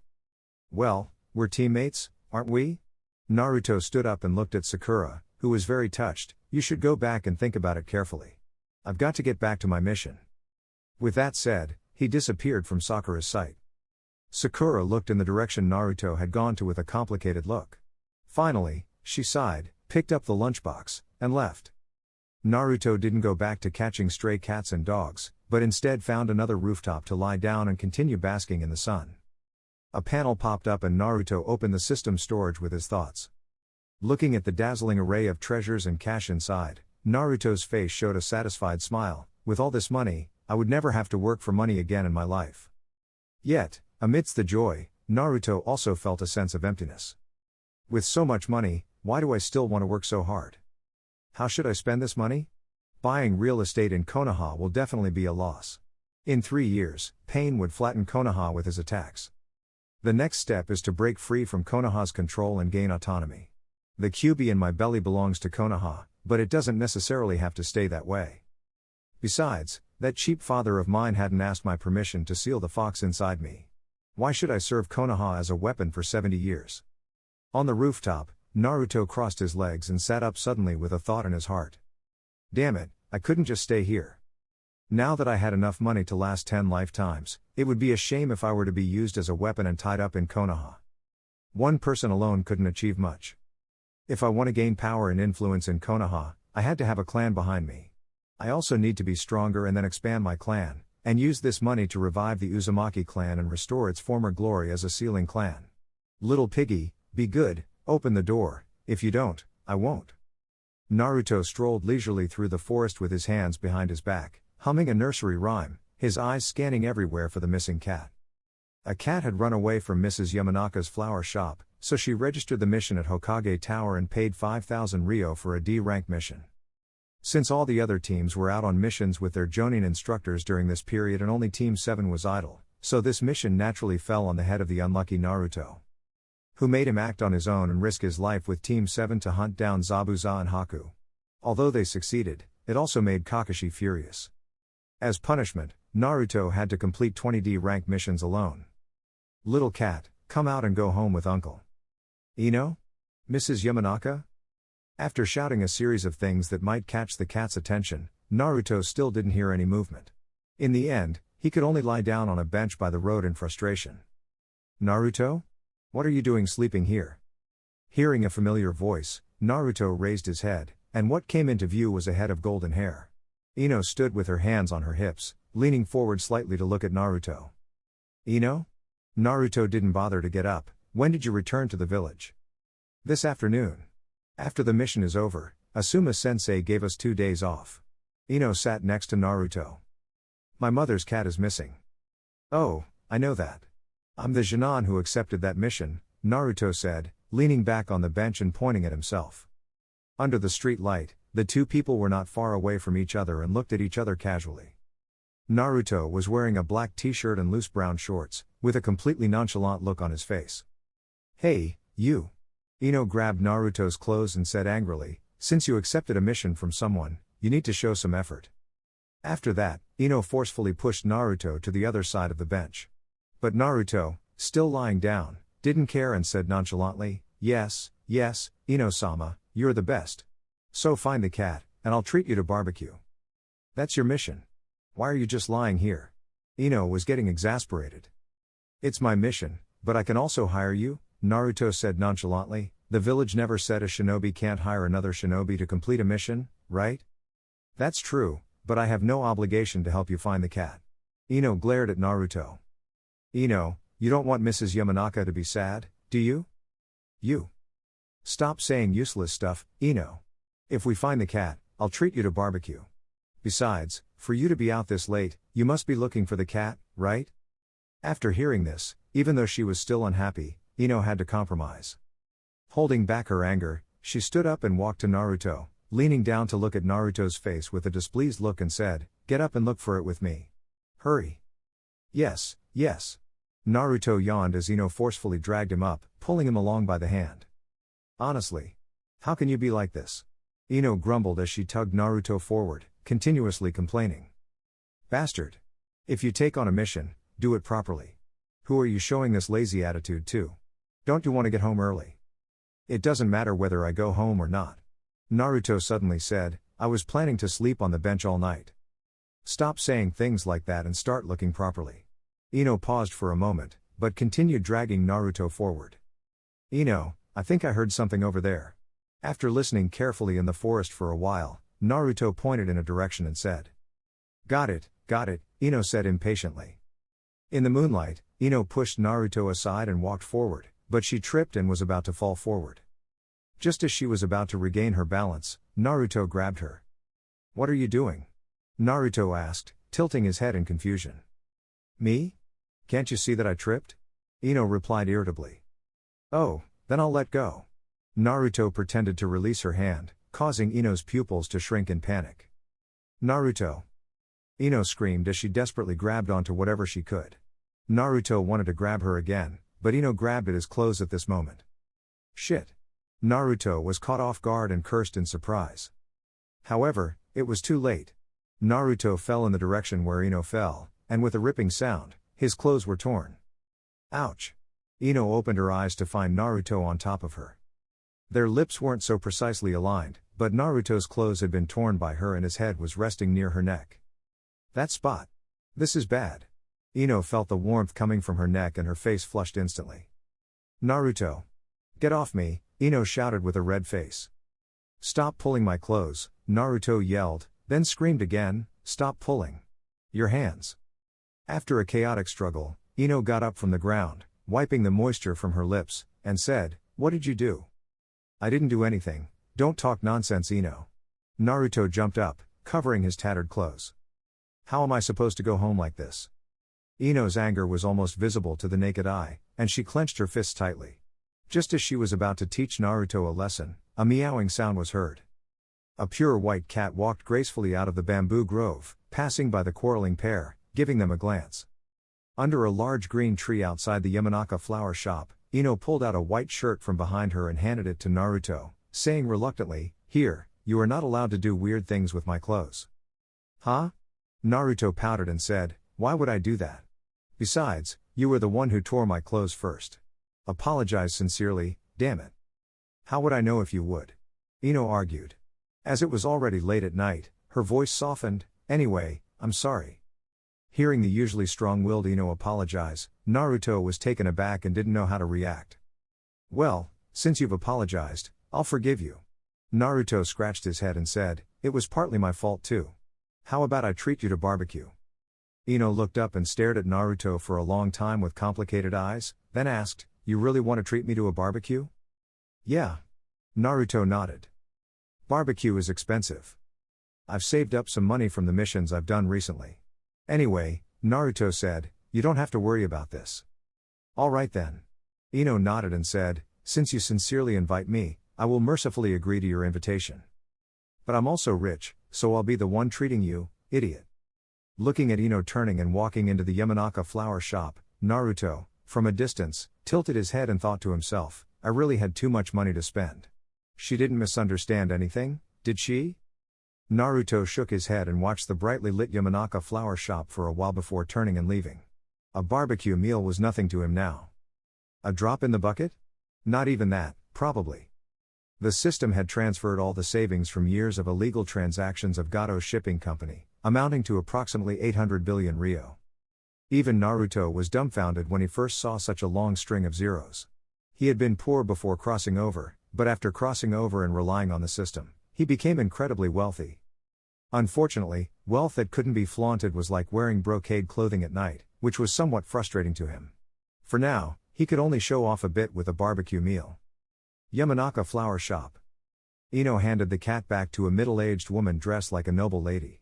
Yamanaka Rino was wearing an emerald green dress, with an elegant red headband accessory on her head. At this moment, she was holding the cat with one hand, gently stroking the soft white fur of the cat with the other, and asked, Ino, that boy is Naruto, right? Yeah. Ino replied, trying to cover up but eventually nodded, I just happened to run into him. He is the one who took the mission to find the cat. I see. Rino nodded and said calmly, I don't object to you falling in love, but. Having said that, Rino lowered her eyebrows and slowly looked at her daughter. Naruto is different from the others. Mom doesn't want you to end up heartbroken because you fell in love with the wrong person. Mom, what are you talking about?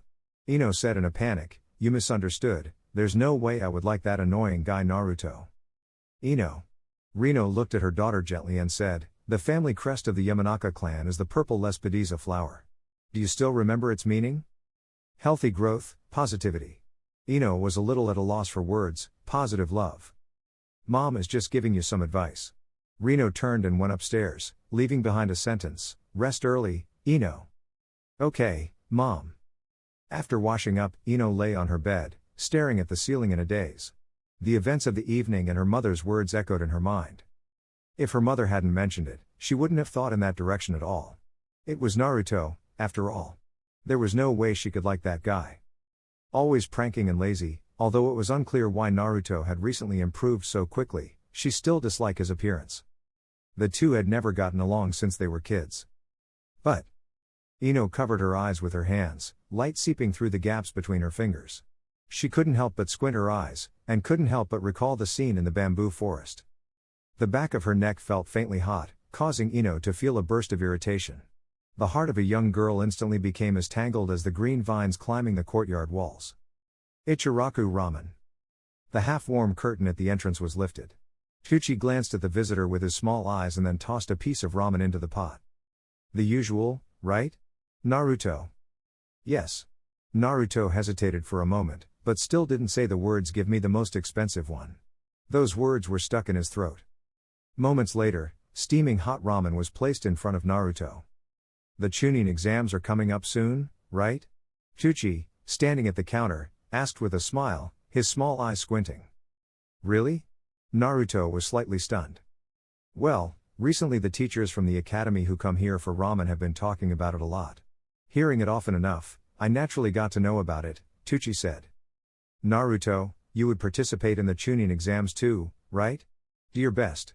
As he said this, Tucci handed over some tempura. On the house. Good luck, kid. Looking at Tucci's sincere smile, Naruto couldn't help but smile and nodded in response. I certainly will. The time between the Chunin exams and the Jinan graduation seemed to be particularly close, but the Chunin exam was mostly just a formality. Generally, any Jinan who has reached the required qualifications and is still alive can become a Chunin. Ultimately, the number of missions accomplished could add points in the Chunin exams. For the new generation of Jinan teams like Naruto's, who were taking the Chunin exams before having enough qualifications, it will be more difficult to become a Chunin. At the same time, Naruto also understood that his participation in this Chunin exams was just for show. The three great clans in the village, Akimichi, Nara, and Yamanaka, along with the Hyuga clan, dominated this event. What chance did he, a Jinchuriki and a neglected member of the Uzumaki clan, have? The identification of Chunin was not only based on the opinions of Jonin, but also depended on the attitudes of the Land of Fire's nobles. This was a bit like an unspoken rule. The Nara clan had always been a pillar of Konoha and staunch supporters of the Sandaime Hokage. At the same time, the Nara clan had deep ties with many nobles of the Land of Fire. After all, as a major clan known for deer farming, their deer antler medicinal business spanned the entire Land of Fire. How could their influence be confined to the Konoha village? If nothing unexpected happens, it is a foregone conclusion that Shikamaru will be promoted to Chunin. After returning home, Naruto immersed himself in the brand new bathtub he had just purchased while thinking about the upcoming Chunin exams. There is no doubt that this major event in the early stage of the series will definitely trigger the system's options. In the original work, Naruto charged forward with hot-blooded enthusiasm, but in the end, after the Chunin exams, he got nothing except a body covered in injuries. Since he knew that it was impossible to obtain the Chunin title, there was no need to waste his effort on the competition. What Naruto should consider was how to maximize his benefits. The Chunin exams were like a truth-revealing mirror, exposing all the secrets Konoha village desperately tried to hide under broad daylight. The slave branch of the Hyuga clan, the bloody massacre of the Uchiha clan, the Kyuubi's Jinchuriki. Truth will eventually come to light, and all the filth will eventually be exposed to the public. Naruto thought about it and initially considered leaving the village during this opportunity. However, His identity as a Jinchuriki was too conspicuous, and it would be impossible for him to escape the village as easily as Sasuke. Besides, even with the Rinnegan, Nagato still couldn't establish a Megakore to be strong enough to challenge the 5 great nations. Could he do it alone? The only person capable of single-handedly challenging the whole shinobi world is the dancing master, Uchiha Madara. A Kyuubi's Jinchuriki like him should just stay in Konoha and plan slowly.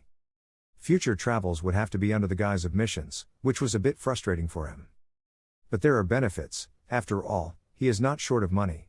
It would be great if he could establish contact with the exchange office, as he could have others do what he couldn't conveniently do.